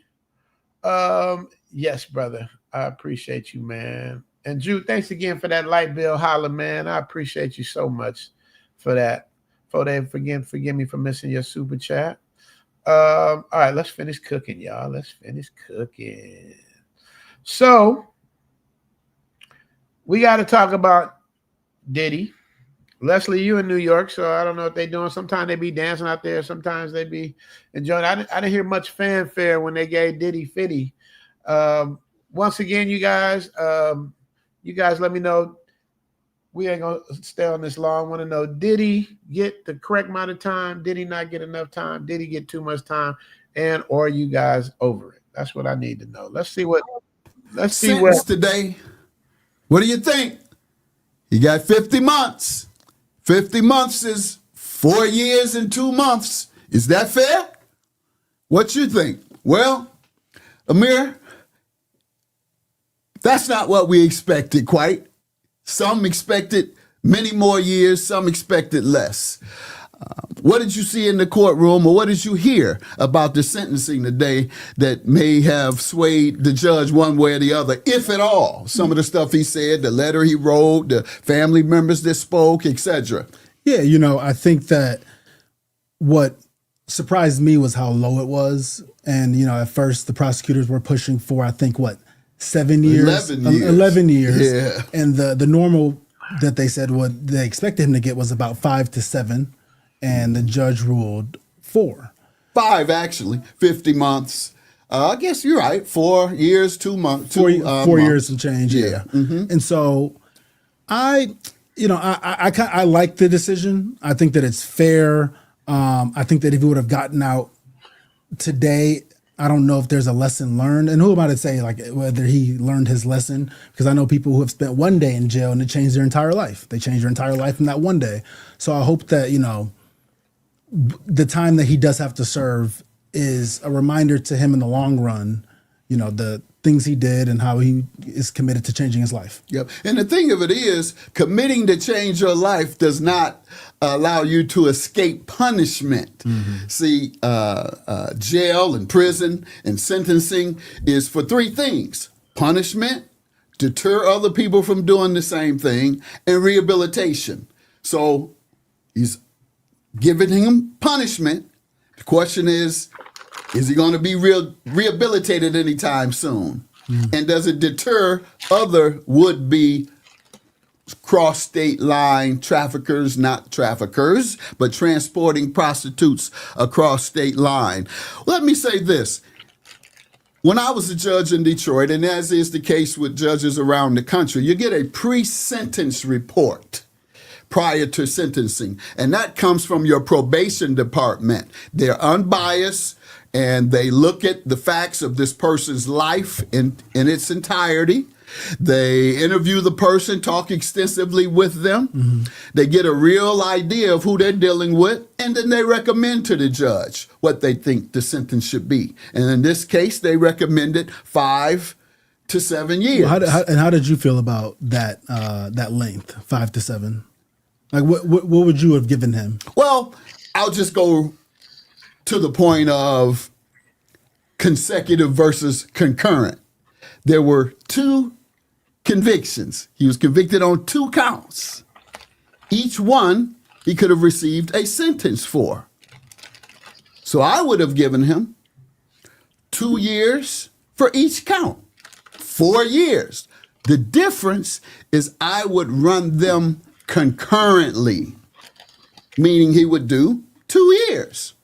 And so you would have given him 2 years total? Yes, 2 years total. And perhaps if I thought after reading and listening, which I didn't see and read and listen to all of it this afternoon, if I thought it should be enhanced based on the aggravating circumstances of keeping the women in terror, even though you can't deviate from the sentence because of the batteries he committed against these women, the abuse and the domestic violence, you can take that into consideration as part of her feeling the fear. For example, on one of those cases, on one of those instances, they were on the airplane. On the way somewhere, he said, "We're going to have a freak off." She said, "I don't want to today." And he showed her the laptop with the freak video, and he said, "I'll show this if you don't." In fact, that's kind of coercion, and the prosecutors missed that point. They missed a lot of points. Right. But on the other hand, that might contribute to aggravating circumstances. So if I threw a year on it, if I threw a year on for aggravating circumstances, that would be 3 years. Mm-hmm. 3 years for one and 3 years for the other. But if they're concurrent, that means he's only doing the 3 years. Right. And you take the 1 year off that he's already served. Mm-hmm. So that leaves you with 2 years. Well, you serve 80% in fed time. So that reduces it to only a little over a year. Got it. So I think that would be fair. Well, there you go. That's what Judge Mathis says. Seeing what you guys are saying. They would have gave him 7 years. They would have gave him 7 years. Vision say, "When you leaving Thailand, Richie?" I'm actually leaving for Zoom Fest in a few weeks. Actually, it was intentional. Come to conspiracy stuff. It come to conspiracy. I love when y'all do the conspiracy. What happened, man? Rich said the orange man helped him out. Man, I don't know, man. I'm just glad it's over. You know what I mean? Like he's They done perk walking. They try to get him for the OJ shit. They try to get him for everything, man. So, don't get me wrong. I don't excuse any of that vile behavior at all. But it just seems like they couldn't get him on the main stuff that they was trying to get him on. So they like, even though we didn't get you, we still gonna make you sit down. So he's sitting down doing his things, man. Raleigh, North Carolina in the building. What up, K.O. Joe? Mr. E 1976 in the building. North Carolina in the building. I know somebody in North Carolina. Damn. AJ said, who else noticed that the statute of limitations seemed to have disappeared? Well, you got to remember, I mean, I'm not a lawyer, but I don't think he didn't the stuff that he did to Cassie, that was plus she got paid significantly. That's what makes it so cold. He's like, all right, you got me. This what happened. First, he's like, I didn't do it. He made a video. I didn't do it. They out to get me. Then when he got caught, all right, you got me. Broke her off a check for like 15 mil. And then she doubled around and turned around and still went after him. And still, after he gets sentenced, still going after him. Now, y'all want to talk conspiracy. I think it was her boyfriend or husband, whatever he is. I think he's the one pushing the buttons. I think she still loved dude. And it's the boyfriend pressing her. That's what I think, but I could be wrong. What do I know? Salute, I'm late, but I'm here. What up, Jesse Shorts? What's going on? Let me see when the feds get you. Yeah, but you know what though, Mike? You do some time, but they didn't get them like they usually get people. What they say, feds got a 97% conviction rate. I guess he was in the 3%. You dig? Oh no, man! But we're gonna move on to the next category. So y'all let me know, man. This type of Diddy stuff that y'all want to talk about this, right? 1 or a 0? Are y'all y'all had enough? Vision said, "Where's Elle? Did she cook today? Of course she did, man. Yeah, you real late. How far are we in this stream? Yeah, we're an hour and almost 2 hours in, bro. Yeah. She been cooked. Dr. Floyd say 0. Okay, he's sick of it. All right, that's my brother. So he carries a lot of weight. So if he says 0, then we getting it out of there. Let's get the diddler out of there. And instead of talking about the diddler, let's talk about this. I would if I could. But each day when he goes to the sea, she looks straight ahead, not at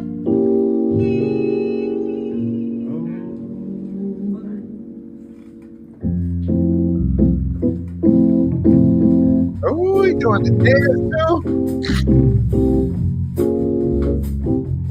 I think light on that hip though. He light on that hip.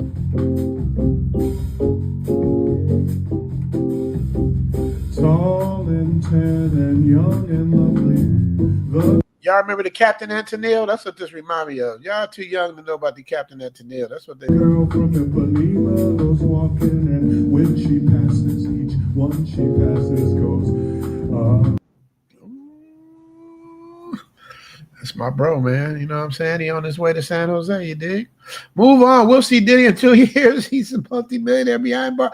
Jesse Shorts is correct. All right, so we're done with Diddy, man. We are done with Diddy. We talked about Mathis, so let's get Mathis out of here.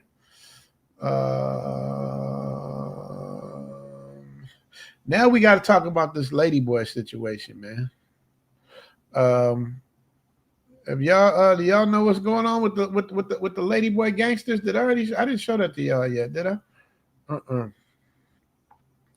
The LadyBoy Gangstas. Oh, we did not talk. Oh, there. Okay, so let's talk about these LadyBoy Gangstas, man. They got a cold game they running, man. And scams is it going to take for something to be truly done about this issue? How many times have we seen on the news in regards to ladyboys robbing innocent people on the beach road? Maybe some people may find it hilarious that Indian tourists have been targeted a lot more, but nevertheless, they are still crimes. Everyone who travels to Pattaya or even lives in Pattaya needs to be aware of this ongoing issue because it's just getting out of hand now. For the people who openly invite ladyboys into their hotel room, They aren't doing themselves any favours, and obviously they run the risk of their belongings being stolen the moment they step into the toilet, and therefore, in a way, it's their own fault. Anyway, this is just one of the ways that ladyboys have up their sleeve to rob people. Another common way they use is innocently interacting with you by hugging or kissing you. They are taking advantage of someone's obliviousness by distracting them whilst they are secretly removing their chain, watch or wallet. And this doesn't just happen on the beach road. It happens on Walking Street and in some cases down some of the side soys. There are so many recent news articles of them reportedly being accused of nicking gold chains worth thousands upon thousands of baht. And don't forget, there are also the unreported encounters as well. Oh, the unreported encounters. So how many of y'all out there that got robbed by a ladyboy and didn't tell nobody? Y'all was too ashamed. What's going on with that, man? I mean, it's funny, but it's not funny. I mean, nobody should have their stuff taken from them. I mean, how close does a ladyboy have to be up on you for them to be able to get their hands on your metallic pieces? How are they able to do that? I don't know. Seems like a pretty close proximity to me. But anybody got any confessions? Anybody got any ladyboy confessions they want to give about being robbed by ladyboys? Anybody? Anyone? Don't be bashful. Don't be bashful. Shout out to my YouTube lawyer. Wait a minute. What does he say? Jail is only the beginning for... Oh, he's still on the Diddy. He still has dozens of lawsuits out there. They're going to bankrupt him. Yeah. But Fode, as my YouTube lawyer, if you think Diddy is dumb enough to not have his money in shell accounts, they're going to get something, but they're not going to get everything. I don't think he's that dumb. I mean, he's almost a billionaire, bro. You gotta understand, once you make a significant amount of money, you become a target. Everybody. Oh, I slipped on a banana peel in your front yard. I'm suing you. You know what I mean? They go after you, dude. See, Jesse asked the same question. How exactly are they robbing dudes? Yeah. Well, let's see. The list is endless. It's so bad now that there are even reports of Indians starting to steal from them. Look at this video.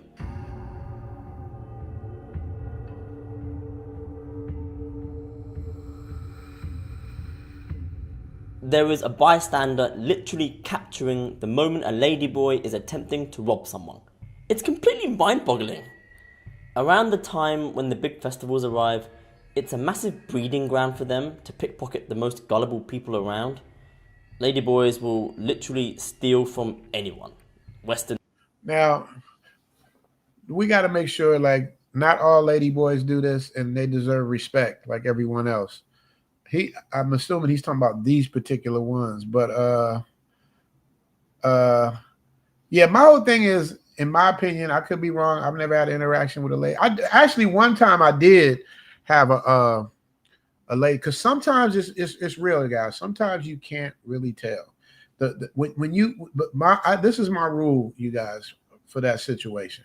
Some people are into that, man, and y'all just got to admit it, man. It's a lot of people that like that, because if they didn't, they wouldn't be here. So somebody's liking it, right?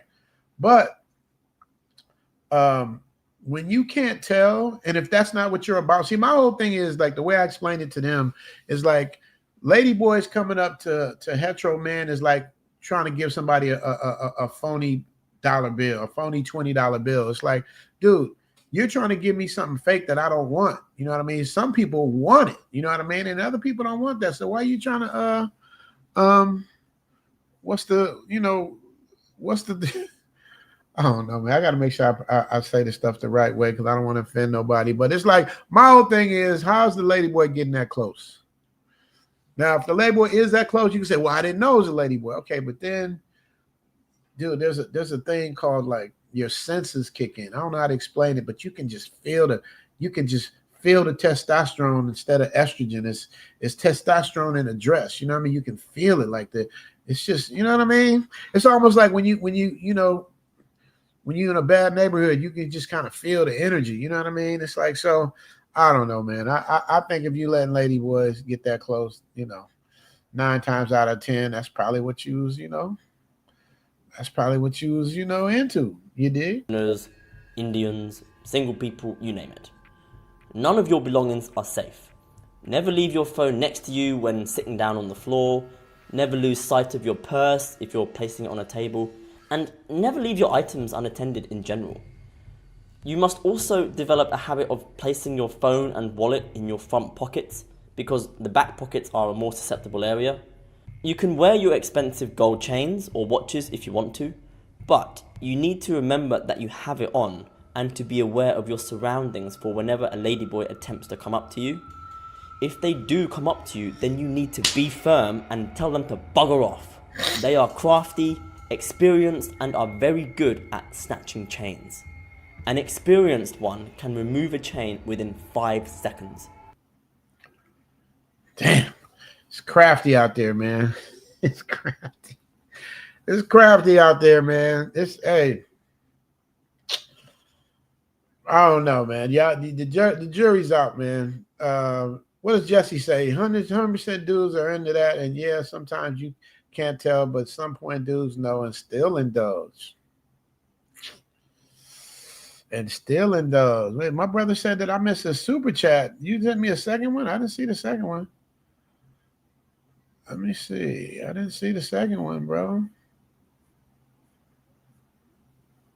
Ron Saluki with the membership. Zeta Zentendo.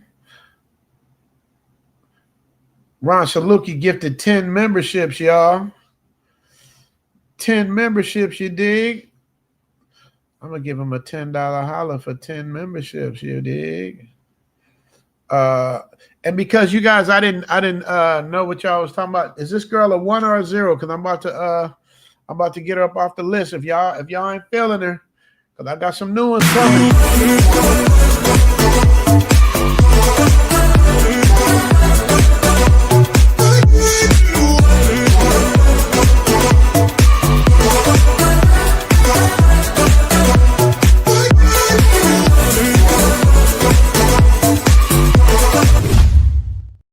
Hey. Oh, wait, my brother did. He came with another $20 holler. I'm sorry, Floyd. I missed that. They burn fires around Chiang Mai as part of the land clearing practices and to manage crop residues. Yeah. One big reason, Bonito clear their fields and sometimes to enrich the soil with ash. Oh. The ash enriches the soil, huh? Okay. I didn't know that. Shout out to Kenny Peoples, my brother with the $20 holler. Okay, I know what he's doing. He's doing it Leslie Lynch style. Like he gonna ration it out. You know what I mean? He ain't gonna shoot the whole $50 load. He gonna ration it out. You dig? And because of that, I'm gonna give him Now I'm not saying they're all thick like this. Crazy thick Asians. But they're catching up. Okay. Crazy thick Asians. Crazy thick Asians. Crazy thick Asians. Crazy thick Asians. Crazy thick Asians. The rise of the thick Asian from Bangkok to Brooklyn. Lego. Did y'all know that they gave me a yellow check mark for that? First, they made it green for like 2 weeks. Then, obviously, somebody must have told on me because then they turned it yellow. Man, I swear, man, it's like a cat and mouse game with the YouTube algorithms, man. They be on me, man. They be jamming me up.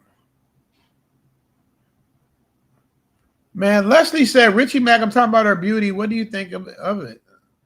Salma. I don't know what you're talking about, Leslie, I don't know what you're talking about, man. Floyd said he's gonna try and reach David by the phone right now. Yeah, man. That's crazy, man. You know, when your sibling will you can say things that only a sibling would know. You know what I mean? Or a family member would know. It's crazy. But yeah, man, he's out here, bro. Time to retire said Jim Kelly had us kicking each other in the front yard. No, that was Bruce Lee had us kicking each other in the front yard. I have a friend, man. My guy Ken Chan. He's gonna be filming Zoom Fest. He's Chinese, bro, and he don't really know about Bruce Lee, dude. I'll be sitting him in front of black people, and I'm like, "You see this dude right here? He don't know who Bruce Lee is." He's like, I know who he is. I just haven't seen his movies. I'm like, well, you don't know who Bruce Lee is. That's like insulting. You know, I tell him like Bruce Lee and Muhammad Ali are like, they're like up there with us. Vision wants L Boogie. Thai noodle. Come here. They asked me to see a Thai noodle. Told you they don't want to see Uan. They want to see Thai noodle.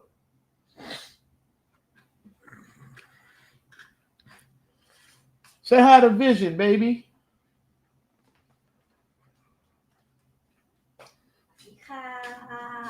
See, she just ironing clothes right now, y'all. You know what I mean? You know? So it is what it is. You want to say hi to a Thai noodle?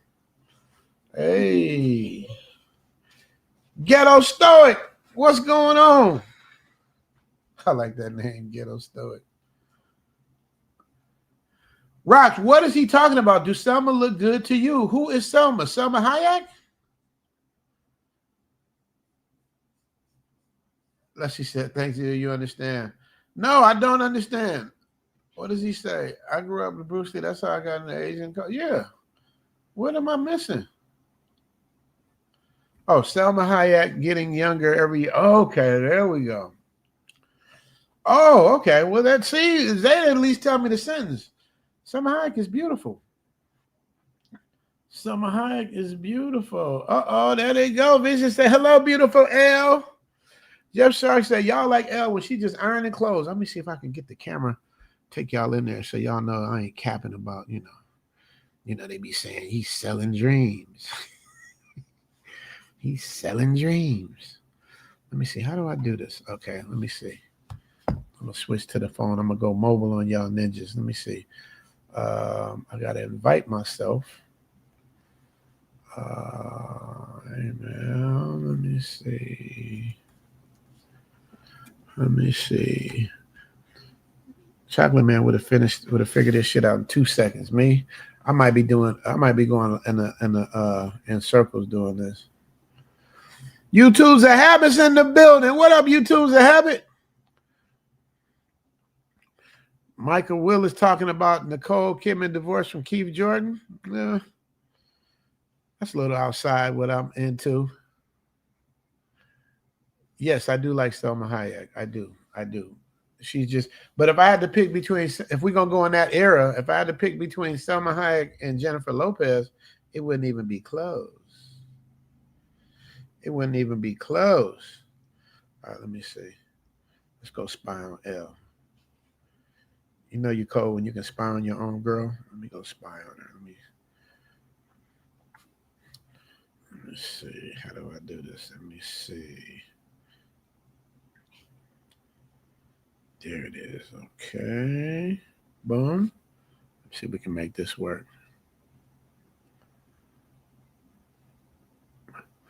Vision for the MYR. Is that Miramar money? What is that? What is that? What is it? I don't know what that is. I think that's Miramar. All right, let me see. I got to turn the volume down because it's going to give a feedback. Let me see. Hello. Okay. How do I turn the camera around? How do I turn the camera around? All right, y'all. Let me see if I can do this without errors.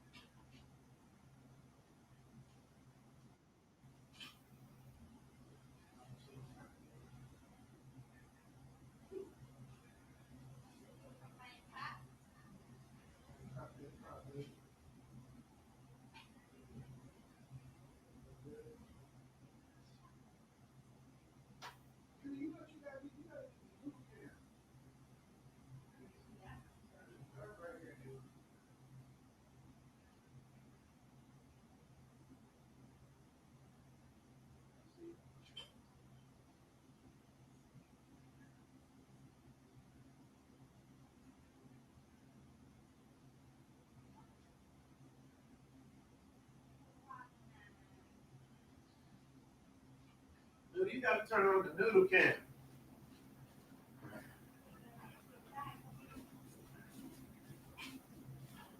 All right, y'all. I tried to give y'all the inner workings. Oh, Biscuit Brisket's in here. Oh. Soon as I see the name Biscuit Brisket, I start laughing because I know it's gonna be some joke. Oh, Rich is shitty. Freaky. None of it's on live, Richie. I was trying, Les. I was trying, man. I don't know what happened, but I tried. Let me see. Oh, no. I don't want to ban myself. I just want to kick myself. I don't know. Shout out to Biscuit Brisket. Man, I'm about to lay it down, man. Rich is shitty. Steve don't even curse like that. Shout out from Malaysia. I thought it was Malaysia. I'll be in the Philippines next week. I'll be in the Philippines soon. Not next week, though. But soon. He said there's a toilet paper shortage. No, Steve, I was trying to show L ironing the clothes.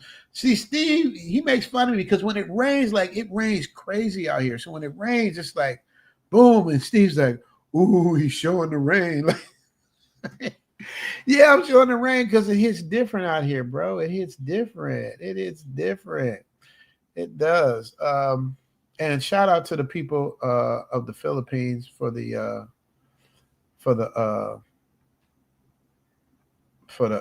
earthquake, man. It's a lot of people got hurt out there. I told you guys in the beginning I sent some aid out there. Jesse Short said, I will be in Cebu and Pattaya at the end of the month. It's at high season in Thailand right now.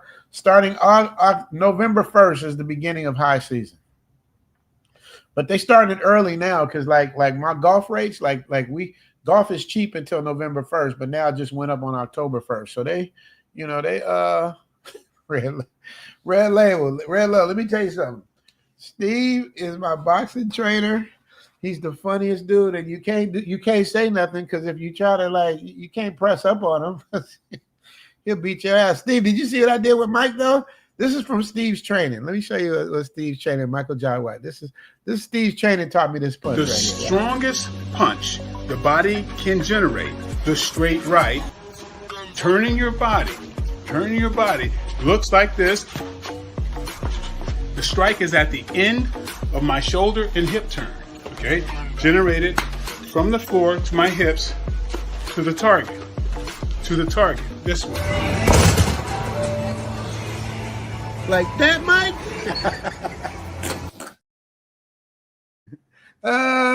Steve, I still got it, baby boy.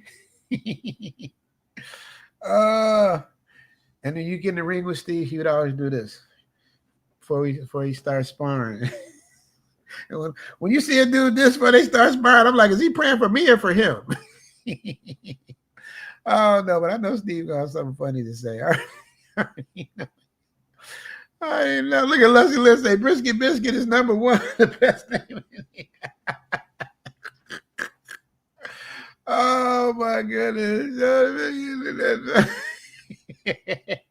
Steve said, show the video you hitting that Bob. Oh man, I was tearing his ass up. So Steve been in my house. So I have a Bob. Like it's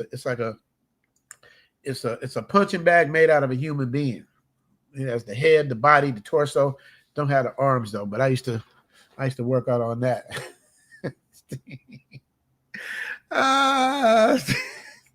Steve, you didn't say what do you think about that punch though, Steve? The one hit a quitter. You told me that when I first started boxing with you. You like if you learn how to turn your hip, you're gonna lay somebody out. I said, you know what? I like you already. And we've been friends ever since. What does Yum say? Just touched down in Ho Chi Minh, Vietnam. Didn't realize Bangkok is only 1 hour and changed away from here. I might swing over as you should. As you should. Just make sure you fill out your little entry visa. So you don't have to wait in that long ass line. Bijan said he missed sparring. Steve say Tank is gonna kill Jake Paul. Let me tell you something, Steve. This is one thing we disagree on. Like Steve and I, we have a totally different taste in boxing. Like I like the best. Steve likes, I don't know how to explain it. He likes Joe Frazier. I like Mike Tyson. You know what I mean? Maybe that's the best way to describe it. I like Muhammad Ali. He likes Jerry Corey. You know what I mean? That's just Steve. You know, but he says he's gonna kill Jake Paul. Let me say this to you, Steve. Everybody Jake Paul got in the ring with, they said they was gonna kill him. Everybody, whether it was an MMA fighter, a boxer, or a basketball player, they all said Jake Paul. This dude is twice Jake Paul's size. I mean, twice Tank's size. And that's what he does too, Steve. You know, he sets up the boxing to where he has an advantage. Either they're old and retired, or he's bigger than them, or it's just some kind of advantage that they have. You know, it is what it is. He said, not this time, Tank is a killer. But Tank's off his rocker a little bit, ain't he? And if Tank's such a killer, why you don't want to fight not Devin Haney. I think he smashed Devin Haney. What's the one with the dimples? Everybody says he's a boring fighter, but you can't hit him. What's his name? Tank should have fought him. He says Tank will get inside and Jank will not know what to do. How does he get inside? Like Mike Tyson couldn't get inside of I was gonna say Evander Holyfield, not Evander Holyfield. Lennox Lewis. When a person got a reach on you, man, and they know how to use their reach, it's hard to get inside. We gonna see though, but this is where Steve and I disagree. You know, to me, now Steve, post your top 5 favorite boxers of all time. Any class. Your top 5 favorite boxers of all time. Any class. I'll give you mine first so you guys don't think I'm fronting. Ollie.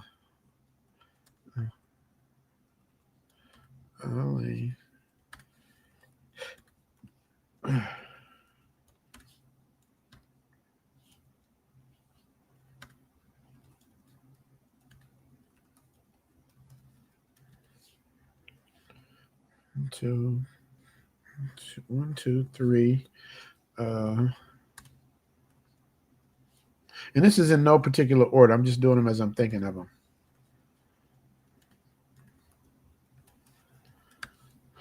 Yeah, Shakur Stevenson. Thanks, Vic. You're right. These are my top 5 boxers of all time with no particular order. Muhammad Ali, Ray Robinson, Floyd Mayweather, Roy Jones, and I said Floyd Mayweather twice, and George Foreman. Now you can switch number 5. I could put Roberto Duran in there. But let's just say Muhammad Ali, Floyd Mayweather, Ray Robinson, Roy Jones, and George Foreman. Now, Iron Mike was the coldest. He's just not in my top 5. He's definitely in my top 20. But if you give me top 10, I got more room to stretch out. I might be able to put him in my top 10. Steve, I'm waiting on Biscuit Brisket to give me his 5. Now watch, when you see his 5, it's gonna be so weird. But he's a boxing trainer, so he has his, he has his thing. What happened to Sugar Ray? Sugar Ray Robinson. Sugar Ray Robinson, not Leonard. Leonard's in my top 10. Leonard's in my top 10.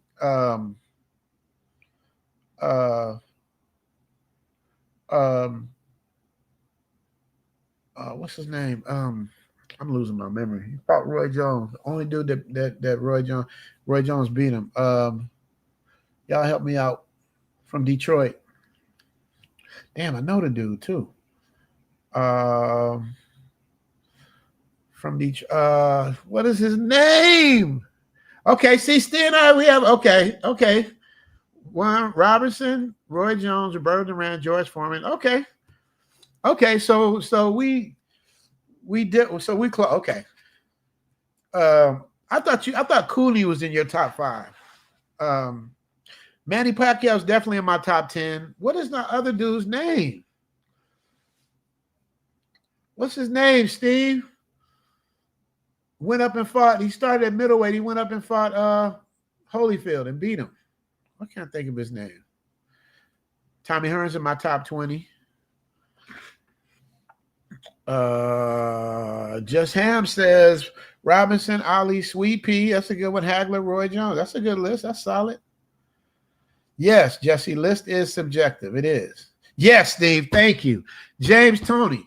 So if I keep going with my top 10, then I got to add James Toney, Manny Pacquiao, James Toney, Manny Pacquiao, Sweet Pea. And how can I forget Terrence Crawford now? Steve, what do you think about Terrence Crawford? Michael Spinks is not in the top 20 at all. He's in the top 50, maybe. Yes, he says Sweet Pea should be there. In the top 10, yeah, in the top 10. Okay, so top 10, Roberto Duran, Manny Pacquiao, Aaron Pryor, James Toney. I got to throw a heavyweight in there. No, I don't have to throw a heavyweight. I got Muhammad Ali and George Foreman in there. I guess I could put Mike Tyson in there. Hector Macho Camacho, not in the top 10. Bert Cooper, DJ Falon say Bert Cooper, Felix Trinidad. They named some. These are top. Felix Trinidad in the top 20. Larry Holmes, yes, you guys are naming some good people. Larry Holmes is very underrated. Very underrated. He just wasn't exciting, but he was very, very good. Hitman Hearns, yes. I would have loved to see, if y'all ever seen I did a segment called Fantasy Boxing, and I did Manny Pacquiao versus Aaron Pryor. Did y'all see that? Yes, Duran. And a lot of people be sleeping on Oscar too, man. Oscar was a bad boy. Oscar was a bad boy. He's not in my top 10, but he's definitely in my top 20. Yes, Jess. Larry Holmes, the best jab since, yeah. He learned from Ali. That's why. Aaron Pryor was no joke. Yes. All right, y'all. We all in the same with Hagler. Yes. I would have liked to see Hagler fight. What's Steve? James Toney. Hagler and James Toney would have been a good fight, Steve. Hagler and James Toney, or Hagler and Roy Jones. Either one of them. Zab Judah was cool. He was quicker than Floyd Mayweather, actually, but he definitely not in my top 20, though. Not in the top 20. He lost to too many good people. He didn't really win. And that cold knockout he got from old boy when he was knocked out but standing up like he was okay, and then attacked the ref. Oh, Leonard came with a nice one. Salvador Sanchez. See, what Leonard's doing is stunting on y'all. Salvador Sanchez was supposed to be the greatest Mexican fighter. He died in, I think, a car accident at the peak of his career. So nobody really got, kind of like Paul Williams. You didn't get to see what his whole thing is. Vision say Willie Pep. Y'all going back. If you're going to go back to, I went back to Sugar Ray Robinson. Salvador Sanchez, Ali, Duran, Ray Robinson, and Holyfield. Okay. I wouldn't put Holyfield in my top 5, but that's, like you said, it's subjective. That's not a bad, you can't be mad at that list.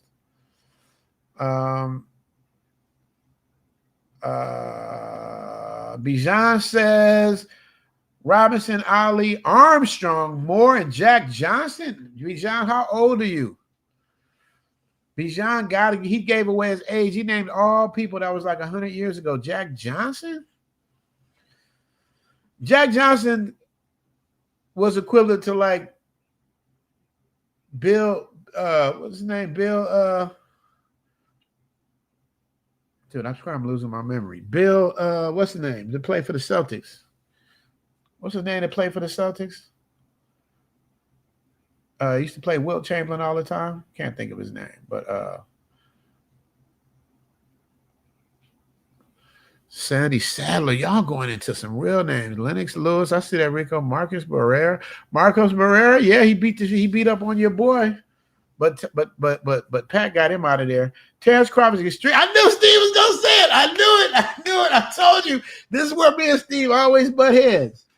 He says Terrence Crawford is extremely overrated. He looked great against Canelo, but more Canelo was bad. That is true. To be great, you have to beat the greats. Marvin had Duran, Tommy Hearns, Leonard beat all three.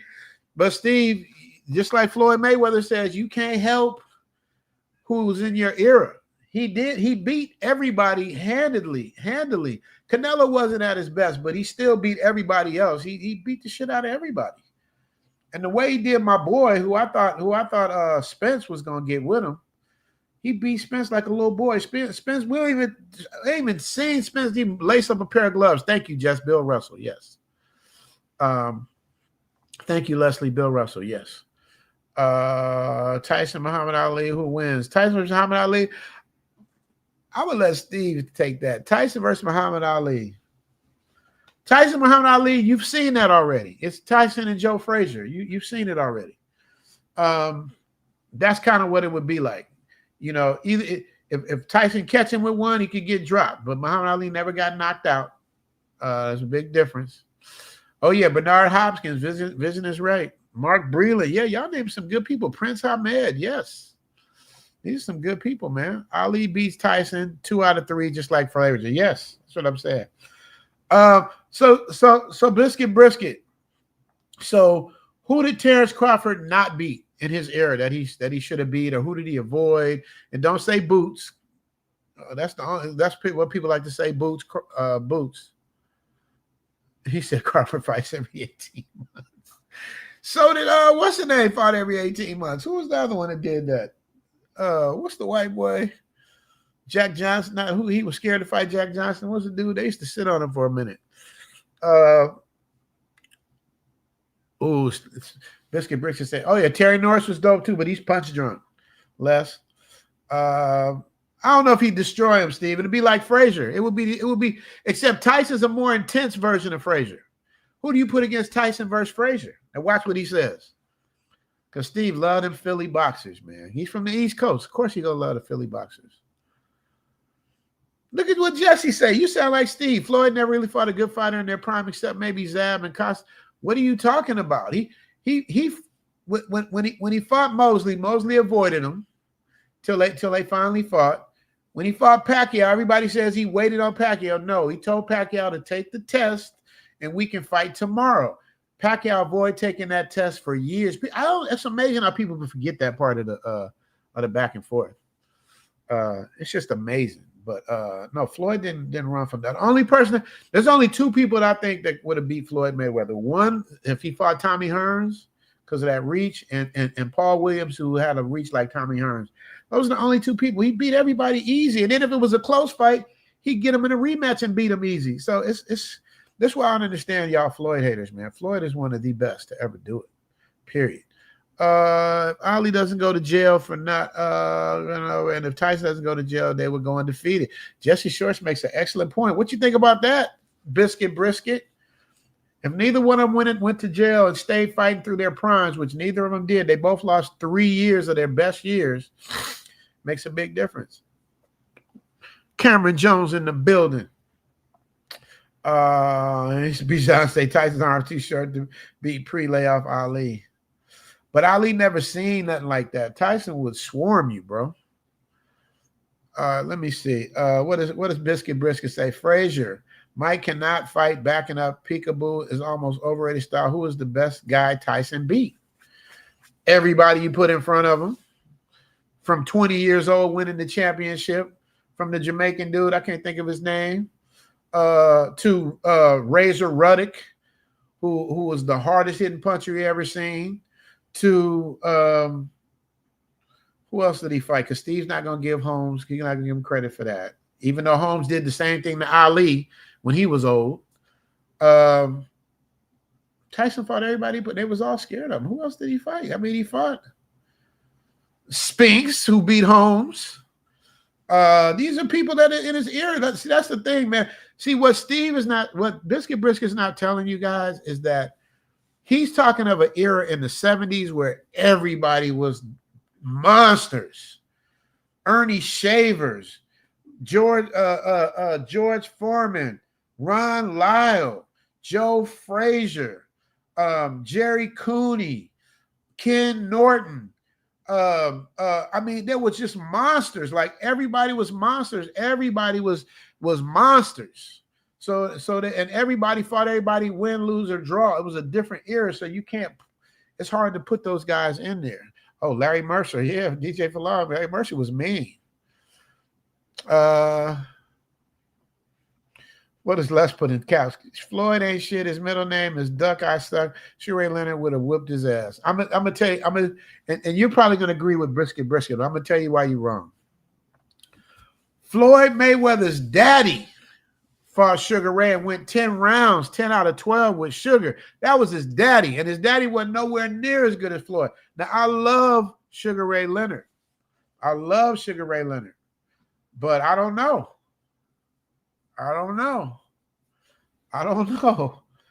If I had to bet, if somebody put a gun in my head and bet Sugar Ray versus Floyd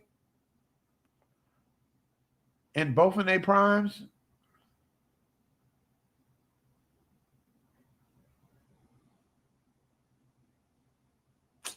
that's tough. Because Sugar Ray hits harder, but Floyd's better defensively. That would have been tough. Biscuit Brisket's going to, of course, say Leonard, of course.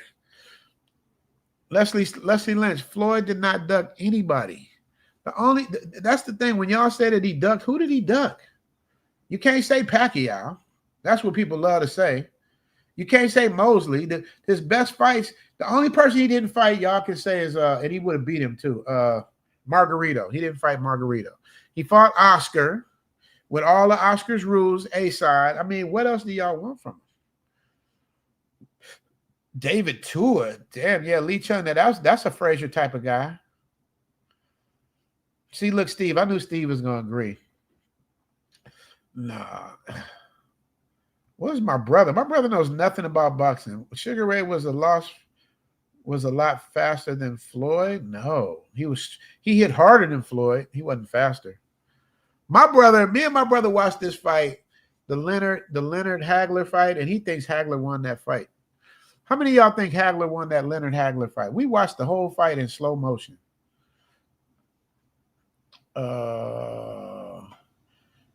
Yeah, he dominated. Say the whole thing, DJ Falar. He dominated Mayweather Sr., who was nowhere near as good as his son. Vision say Evan should have been a track star. Who did he run from? I'm waiting for y'all, including Biscuit Brisket. Who did Floyd run from? Who did he run from? And he beat Canelo like he was a little boy. So you guys got to understand what makes Floyd so good. Like the thing about being a rapper or a DJ or an editor or a singer or an actor, what makes you good is how effortless you make it look. Floyd made these people, everybody he fought, look average. It looked like a sparring session. Everybody he fought. Never knocked down. And there's a technical glove knockdown, but never knocked down. Cameron say Holyfield would have beat the shit out of you. Holyfield's a dog. Mayweather didn't fight often enough to beat a Leonard. I mean, his last year he fought like 4 or 5 fights in 1 year. He fought like 3 fights in 1 year. David 201, remember, yeah. Ray Leonard was 100 times faster than Floyd. Okay, so let's say that Biscuit Brisket, he's 100 times faster than Floyd. Would Floyd's defense will it nullify that speed? That's what I want to know. Because even Sugar Ray, I don't remember even Sugar Ray saying that he would have beat Mayweather. I don't remember him saying that. I'm just putting it out there. Floyd's style of fighting is running around the ring. Now, who did he run? Where? Who did he? Tell me the fight. Did he run from Canelo? Did he run from Pacquiao? Did he run from Mosley? Did he run from Oscar? Like, who did he run from? I mean, y'all just be making shit up. It's a difference between running and being defensive and moving. There's a difference. You guys are all wrong about this. I'm just letting y'all know. Y'all believe that. I remember when he fought Canelo, he beat the brake out. Yeah. And did he run? No. Now, Crawford, you could say Crawford was running. Crawford only stood in the pocket with him in like the 10th to 11th round for like 30 seconds. Other than that, he was sticking and moving. So if y'all want to call that running, just say Jersey Joe Walker. He calling all the people. Cameron say Pacquiao was watched in that fight. Was he watched because he couldn't take anything enhancing? I don't know. I'm just asking a question.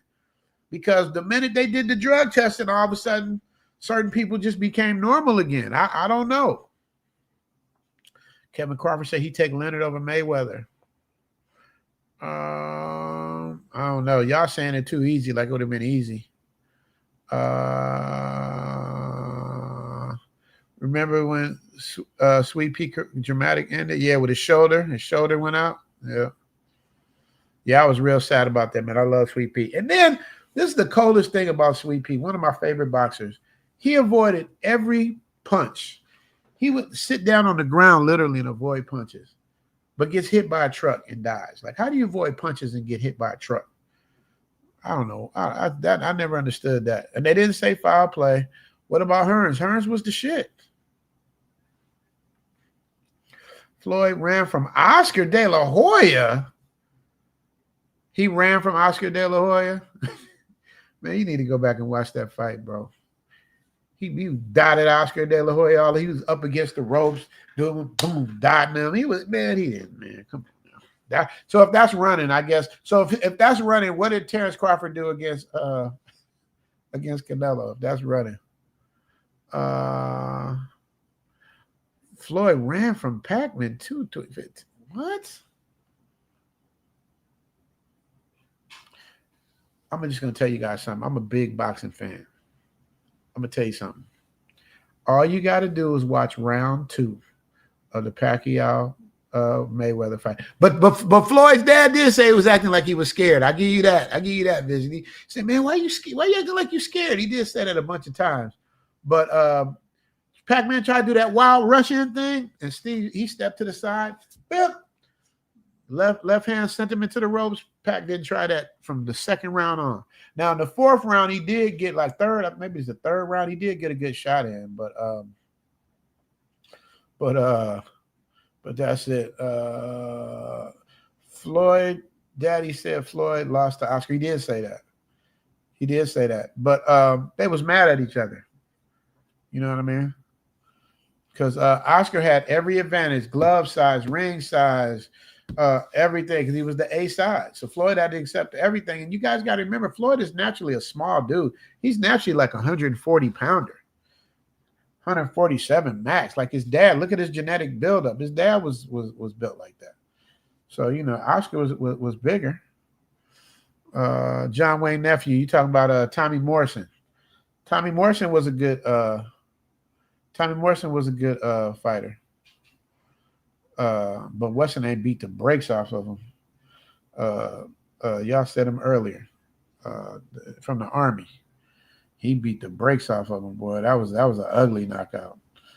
The decision, Lenny, you have to really, really hit hard. Even that didn't always work. Well, Tommy Hearns beat Ray Leonard 2 out of 3 times. Y'all can say what y'all want. Biscuit, brisket. Y'all can say whatever y'all want. That second fight, Tommy Hearns beat Sugar Ray Leonard. They called it a draw. Tommy Hearns got that ass. So, yes, thank you, Coach. Yeah, Ray Mercer. Tommy Hearns got that ass. Roberto Duran is a G. To me, Roberto Duran, the best Latin fighter of all time. To me.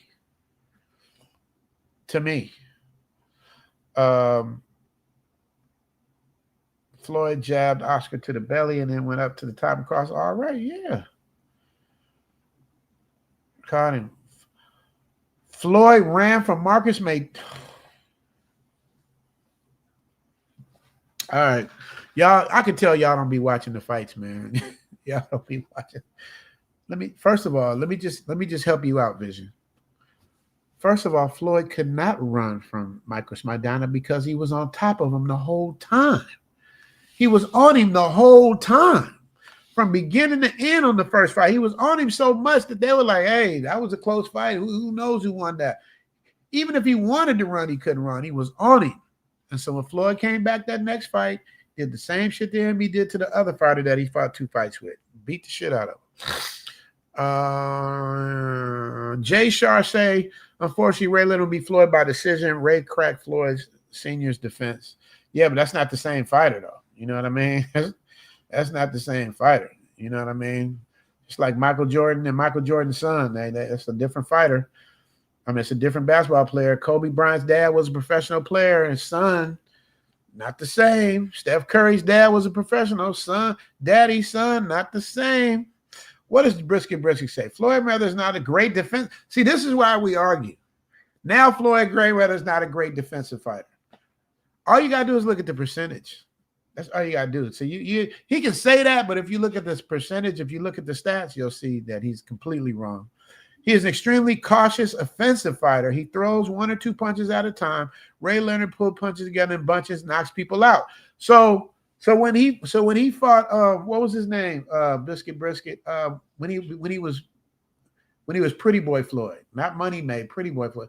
What's the dude he fought? He died in a motorcycle accident. What was his name? He was deep, man. Floyd says traps.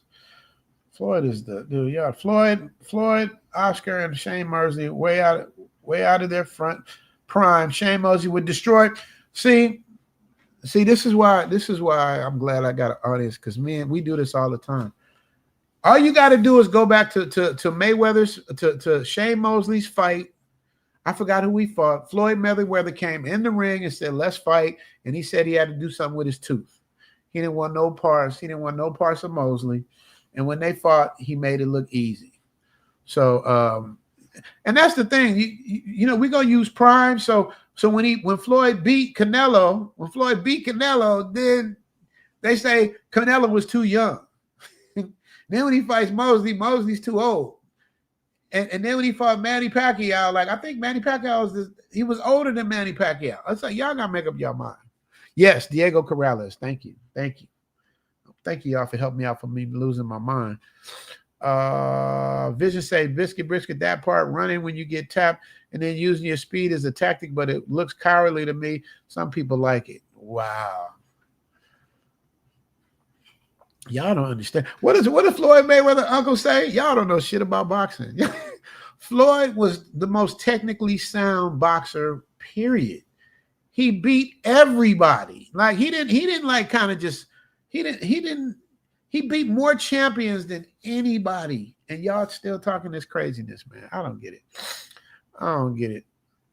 Floyd is only good and in between. Oh, I'll take that out, Les. I can't have that. Can't talk about my man Floyd like that. Now, do I agree with some of his personality traits? Maybe not. But then again, you know, we don't agree with anybody's personality traits. I'll tell you one thing. If you guys sit down and watch Floyd's fights and watch how he made a different style for everybody he fought and beat them, the dude was so good that it's crazy. Yeah, Jamie, let them hate. Yeah, man, y'all just haters, man. Floyd, how do you hate somebody that won 20 years in a row? How do you hate on somebody? So I guess he ran for 20 years, huh? Ray Mercer. Yeah, Ray Mercer was a beast. He beat the shit out of Tommy Morrison. That's what we were talking about. Yeah. But yeah, man. So yeah, DJ Falon. So you guys had a lot of fun, man. We about to end this stream, man. I'm about to take a well-deserved nap. Brisket, man, I missed you when I was in California. Hey, man, if you guys are in LA, man, you guys better get one of them brisket pizzas. You should name one of your pizzas Brisket. You lose the battle everybody's for Sugar Ray Leonard. Hey, man, I don't sway to the audience. I'm a Sugar Ray Leonard fan, too. All I'm saying is Floyd Mayweather was the best. Pound for pound, the best. And there's nothing anybody can say to change my mind, because everybody you guys are naming that would beat Floyd got beat, got their ass whooped, stayed around too long, got knocked out, got beat by lesser fighters. You know what I mean? So it's like, I don't, that's like people arguing Tom Brady's 7 championships. Yeah, but look what kind of team he was on. He was da-da-da-da. Tom Brady got 7 championships. I mean, Super Bowl championships, man. And he's like damn near 50 years old. So y'all can't say nothing. See, this is how I know Steve don't know what the hell he's talking about. Steve's getting old, man. They fought 3 times, Steve. Just so you know. They fought 3 times in 10 years. The first fight, Sugar Ray won. The second fight, they called a draw. And the third fight, Tommy Hearns won. Tommy Hearns won 3 out of 3. Thank you. Here comes time to retire. He's a boxing man. To be honest, Floyd, no. See, this is what I'm saying. Yeah. Don't make me pull up this video. All he asked Manny to do was take a drug test. Why are you forgetting that part? Time to retire. He said, take the test. His uncle, Roger, take the test. Everybody say, why don't he want to take the test? Roger Williams said, for $100 million, you're going to get $100 million and you don't want to take a test? Wait a minute, man. How does that work? Tell me how that works. How are you ducking somebody that don't want to? Wasn't he the one doing the ducking?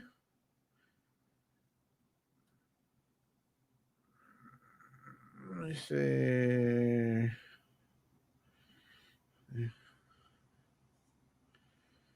He said they're offering you $100 million and you don't want to take the test? Tell me what you and me abusing them. Sergio Martinez told me he really wants to fight Floyd at 154. Would you like that? I don't know. I mean, I never seen Sergio Martinez. I think I have seen him one time. What Paul Week did. Oh, yeah. What? Yeah, that would be the case. I mean, I'm sure that a lot of people want to fight Floyd because Floyd is the money man. That's how they get to the part where he says take the test. There it is. There it is. All right. Here we are. That's how they gross that money. Manny Pacquiao wants to fight him. He wants to fight Manny Pacquiao too. Is that gonna happen, do you think? I can't see why not. If you legalize, take that test. If he take that test, he's gonna get his ass whipped. He don't get knocked out, period. People always argue, and I hear this every gym I go to. Floyd defense will beat Manny's offense. Manny's offense will beat Floyd's defense. How would you as a trainer tell Floyd? To be honest, let me tell you something. If that motherfucker take that test, that's a motherfucking mismatch. All right. That was 14 years ago. You've been knocked out twice already. At 105 pounds. Now, how the fuck you beating guys 150 pounds? You know why he beating guys 150 pounds, don't you? Okay, fitnessmusictory.com. Now we sit back reporting. Take the test. He wouldn't take the test. I'm surprised that time to retire. He should know that. Corrales, yes, Steve. Corrales, yes. Mosley was amazing in his prime, but he couldn't beat Floyd. And why did he avoid Floyd?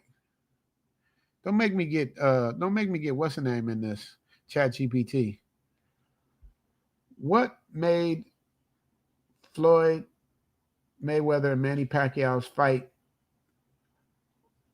take so long? When was the first time their fight was introduced, and when did they actually fight, and why? Tell you, man, ChatGPT, that's a lifesaver, bro. I mean, I don't know how y'all work without it.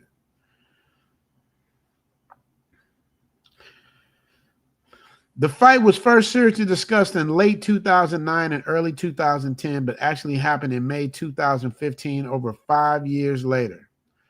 First time talks, first public negotiations after Pacquiao defeated Miguel Cotto in November 2009. Pressure grew for Mayweather-Pacquiao clash and negotiations started in December 2009. The bout was finally held in May 2015. Reason for the delays: drug testing, disagreements.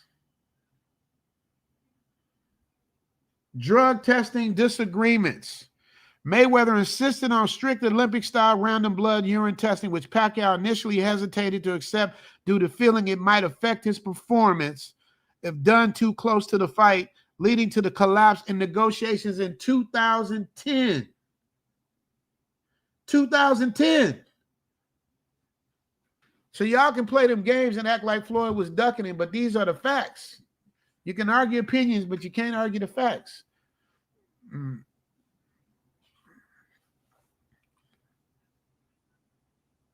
Steve saying most not exciting fighter because he made it look easy. Next time, let me do an audio call on it. I would love that. I'll pull you up now. I was about to shut down the stream, but Steve, you're not gonna win this. You think Mayweather? I mean, you think Leonard and Hearns only fought 2 times, and we can't even have a conversation if you think they only fought 2 times.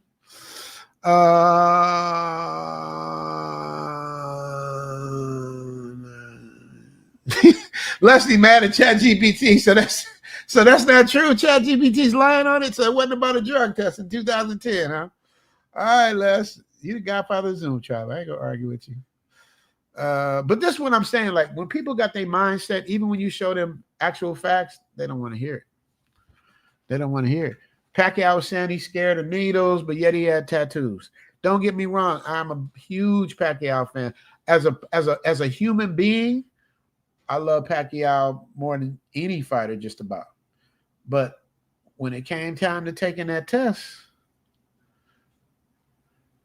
Steve really thinks they only fought. Let me see. Let me check and see. How many times did Sugar Ray Leonard and Tommy Hearns fight? If I'm wrong, I owe you an apology, but I'm 98% sure I'm right. I'm a big boxing fan, and I'm usually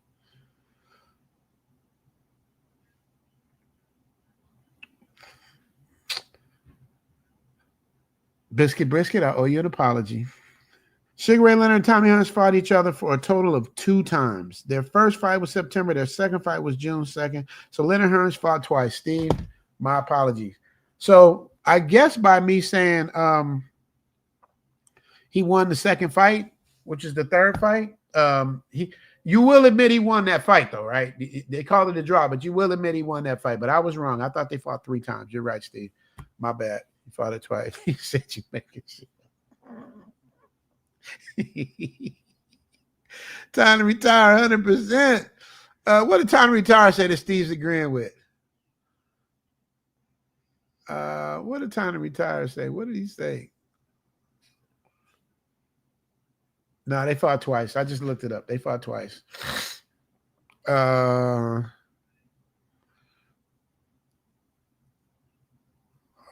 What did time to retire say that everybody's agreeing with? Time to Retire is a big boxing fan like me. He's I don't see where Time to Retire said. What did he say? He must have said something way back. I don't see nothing recent.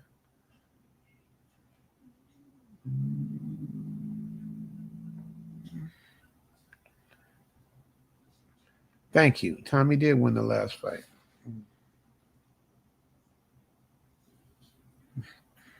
All right. All right, you guys.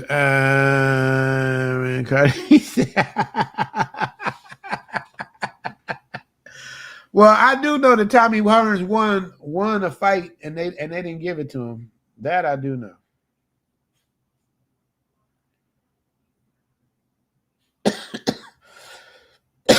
Of course. Let me see.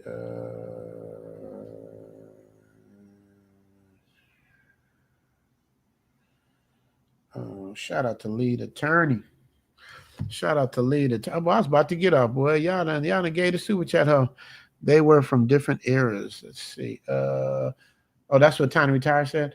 Zookeeper, $15. How aloha, brother Rich. Excuse me, I know I'm off topic, but did they let Dr. Freakoff come home? But with time surplus good behavior, he'll probably do 2 to 3 years. Yes, that's what it is. He's going to do about 2 to 3 years. He got a total of 4, and he got time served. He got 42 months, 50 months, which is 4 years and 2 months. So he's with good behavior, he'll probably be out in 2 years. But that's why you don't make your booking arrangements before you before you get your sentencing. Because I don't know if did he jinx himself? Who knows? I'm gonna give you the Colombian super chat. This is the new one. You guys like it? Put a 1. If you don't, put a 0. Where's my super chat? Here she go.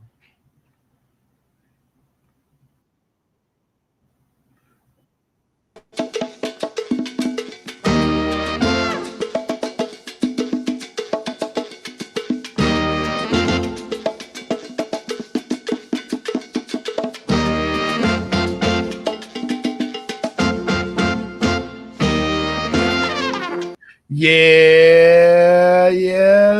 Zookeeper, appreciate you, brother. Thank you so much for that $15 holler. For that $15 holler. Leslie say get rid of her. Jacques say keep her. What up, Jacques? Cameron say keep her. Deshaun say get rid of her. Wow, you guys. Leslie say he like it. So why you put 0, Les?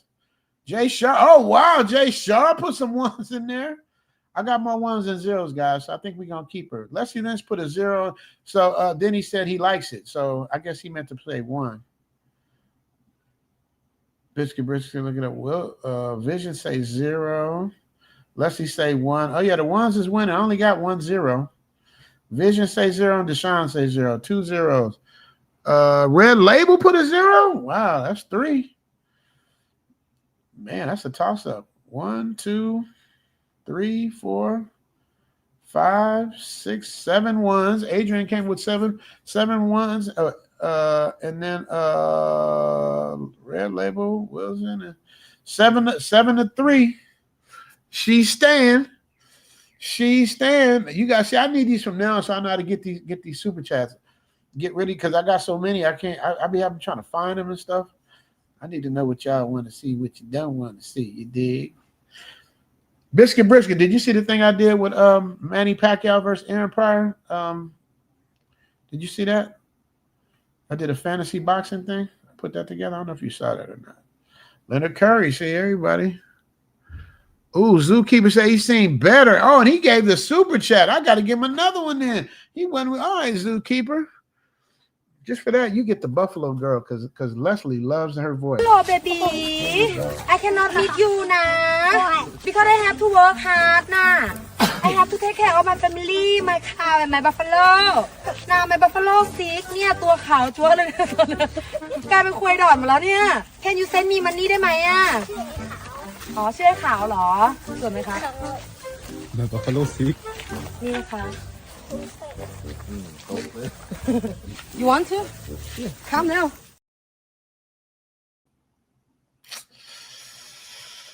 I'm just saying, Red Label said I owe him something because I didn't give him a hot girl video for gifting. Okay, my bad.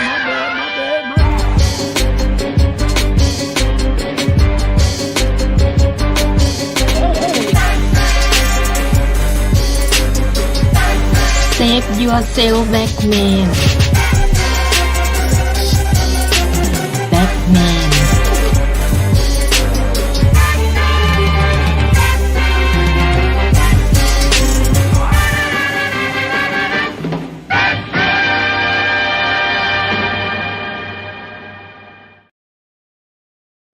Actually, I don't know if that was appropriate. Red Label asked for a hot girl video. That was a Save Yourself Batman video. I gave him the wrong one, you guys. I gotta give him a hot girl. Here we go. I rise and I wake and I gotta go get it. I'm making my bed and it's straight to the digits. No cover jokers, that shit is acidic. So I take a shot with the lemon and ginger. Look in the mirror like, yeah, I'm the nigga. Look in the mirror like, damn it, I'm fitted. Looking outside like the world is all mine. Look in the mirror like, nigga, go get it. I gotta get to the casinos. I gotta get to the bag now. I can't be chasing on these hoes. They getting they feeling it drag down. Yes. There you go, Red Labels. That's more like it. Is that more like it? All right. All right, y'all. I'm a super chat hoe. I don't see no more super chats. So there, I'll put ones there. Yeah, you guys from the habit from now on, like put ones and zeros for the super chat, so I know if I need to leave them or keep them. Some of them I'm keeping. DJ Falon say SpongeBob is his favorite. I gave that to who'd I give that to? I gave it to somebody, and he was like, "Oh, it's all right." Who was it? It's probably Jay Shar's picky ass. All right, y'all. That does it for this week in Thailand. We went from Ladyboys to boxing. We did, man. These Ladyboys is robbing people, Steve. I can't believe it. But y'all don't know how much I love Biscuit Brisket, man. That's my guy, man. From day one, that's my guy. And he's serious too. I'm gonna tell you how petty he is, man. When we be in the boxing gym, he's right. I can't make this up. He's right. You guys know I don't lie about anything. So we be in the boxing gym, and she's like, "Yeah, you never paid for nothing." I know you're gonna say that. We be in the boxing gym, but Steve would make us sign the card, like Cuba Gooding Jr., who's like probably one of his biggest clients, I'm assuming at the time. He would make Cuba sign the card. Like everybody had to sign the card that you've been in. If you didn't sign that card, he'd be pissed. Steve used to spoil me though. He would do my raps for me because I didn't know how to do my raps myself. He would always do I used to feel like I'm in a Rocky movie. He'd do my raps. But Steve, I never learned how to do raps because of that. I don't think I remember how to do them. But Boxing Man, I like that name. Salute. Boxing Man, was you here? Unless you say boxing took over. Boxing Man, your name is Boxing Man. So before I go, I need to hear your top 5 boxers of all time. No particular order. Any weight class of all time. Since you boxing, man, I need to know what you got to make put it up. He says, Saran, go there. Yeah, man, I got to get to Isan, bro. Me and L going to go to Isan. DJ Dean said Colombia #1. It depends. Colombia hardware #1. Software Thailand #1. So unless DJ Dean's talking about my Colombian super chat girl. I don't know if he's talking about that or whatever it is. Let's say no problem, Richie Mack. We need a reminder sometime. Yes, sir. Kevin Carver say back man. Oh yeah, they must be talking about Colombia. Okay, they're talking about so Jay Shar. Okay, that's Colombia. Okay, so that's who you guys are saying #1. Okay, so we're gonna keep her. DJ Milan said go solo. I can't do it. I can't go to what's the name solo. I mean, I could, but excuse me, guys. I'm ready to lay down, man. My clock is all off, so it's like even though it's the middle of the day, sometimes it's 12 in the afternoon. Jacques say he going to Cebu, Philippines next month. Okay, we'll do. We're gonna be in Philippines for Zoom Fest, Jacques. I don't know why you're not coming. But be safe over there. Hopefully things will be better from the earthquake, man. Shout out to the people of the Philippines for the earthquake. Oh, Boxing Man came right in. Here we go. Ali, Mayweather, Crawford, Tyson, Sugar Ray. That's an excellent list. Oh, the only difference we had, Boxing Man, I don't know if you saw mine. Ali, Mayweather, Sugar Ray Robinson, George Foreman, and who was my fifth?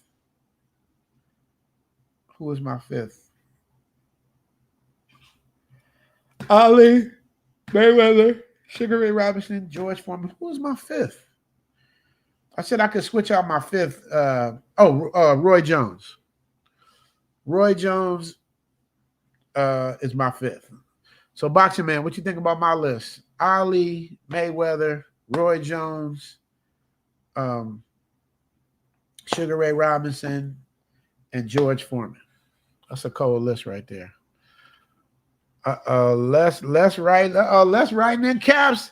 He done gave me $5. He done shuffled off $5. Columbia #1, period, especially the horse riding ladies. Hey. I had a horse riding. Do I still have that one? I might have took it out. Y'all, let me see where my horse is at.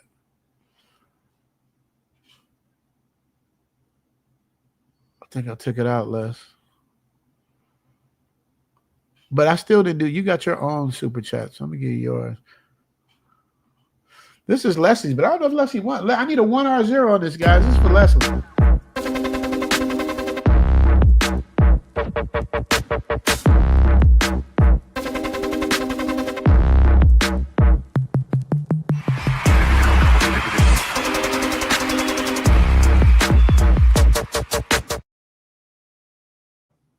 Hey, y'all need the 1s or the 0s for that. That's Leslie Lentz's personal stash right there. Thanks, boxing man. Yeah. We you missed it, man. We was back and forth, man. They hating on Floyd, man. Vision say keep it. All right, it come time to retire his list. Let me see what he got to say. Ali Hagler. Deshaun hates everybody. Deshaun, I'm learning. Oh, Red Label don't like her. Vision likes her. Okay, so that's 2-1. Less amount to bring him down. Well, that's Leslie's though. Leslie really makes a deciding factor on that. Time to Ali Hagler, Ray Robinson, Duran, Mayweather. Can't be mad at that list. That's a solid list. That's a solid list right there. You can't. Who would you take out and replace? Oh, I'm just surprised he ain't got Roy Jones. We come from the same era. I'm surprised you don't have Roy Jones in that list. But yeah, that's a solid list. Time to retire. You got no argument out of me.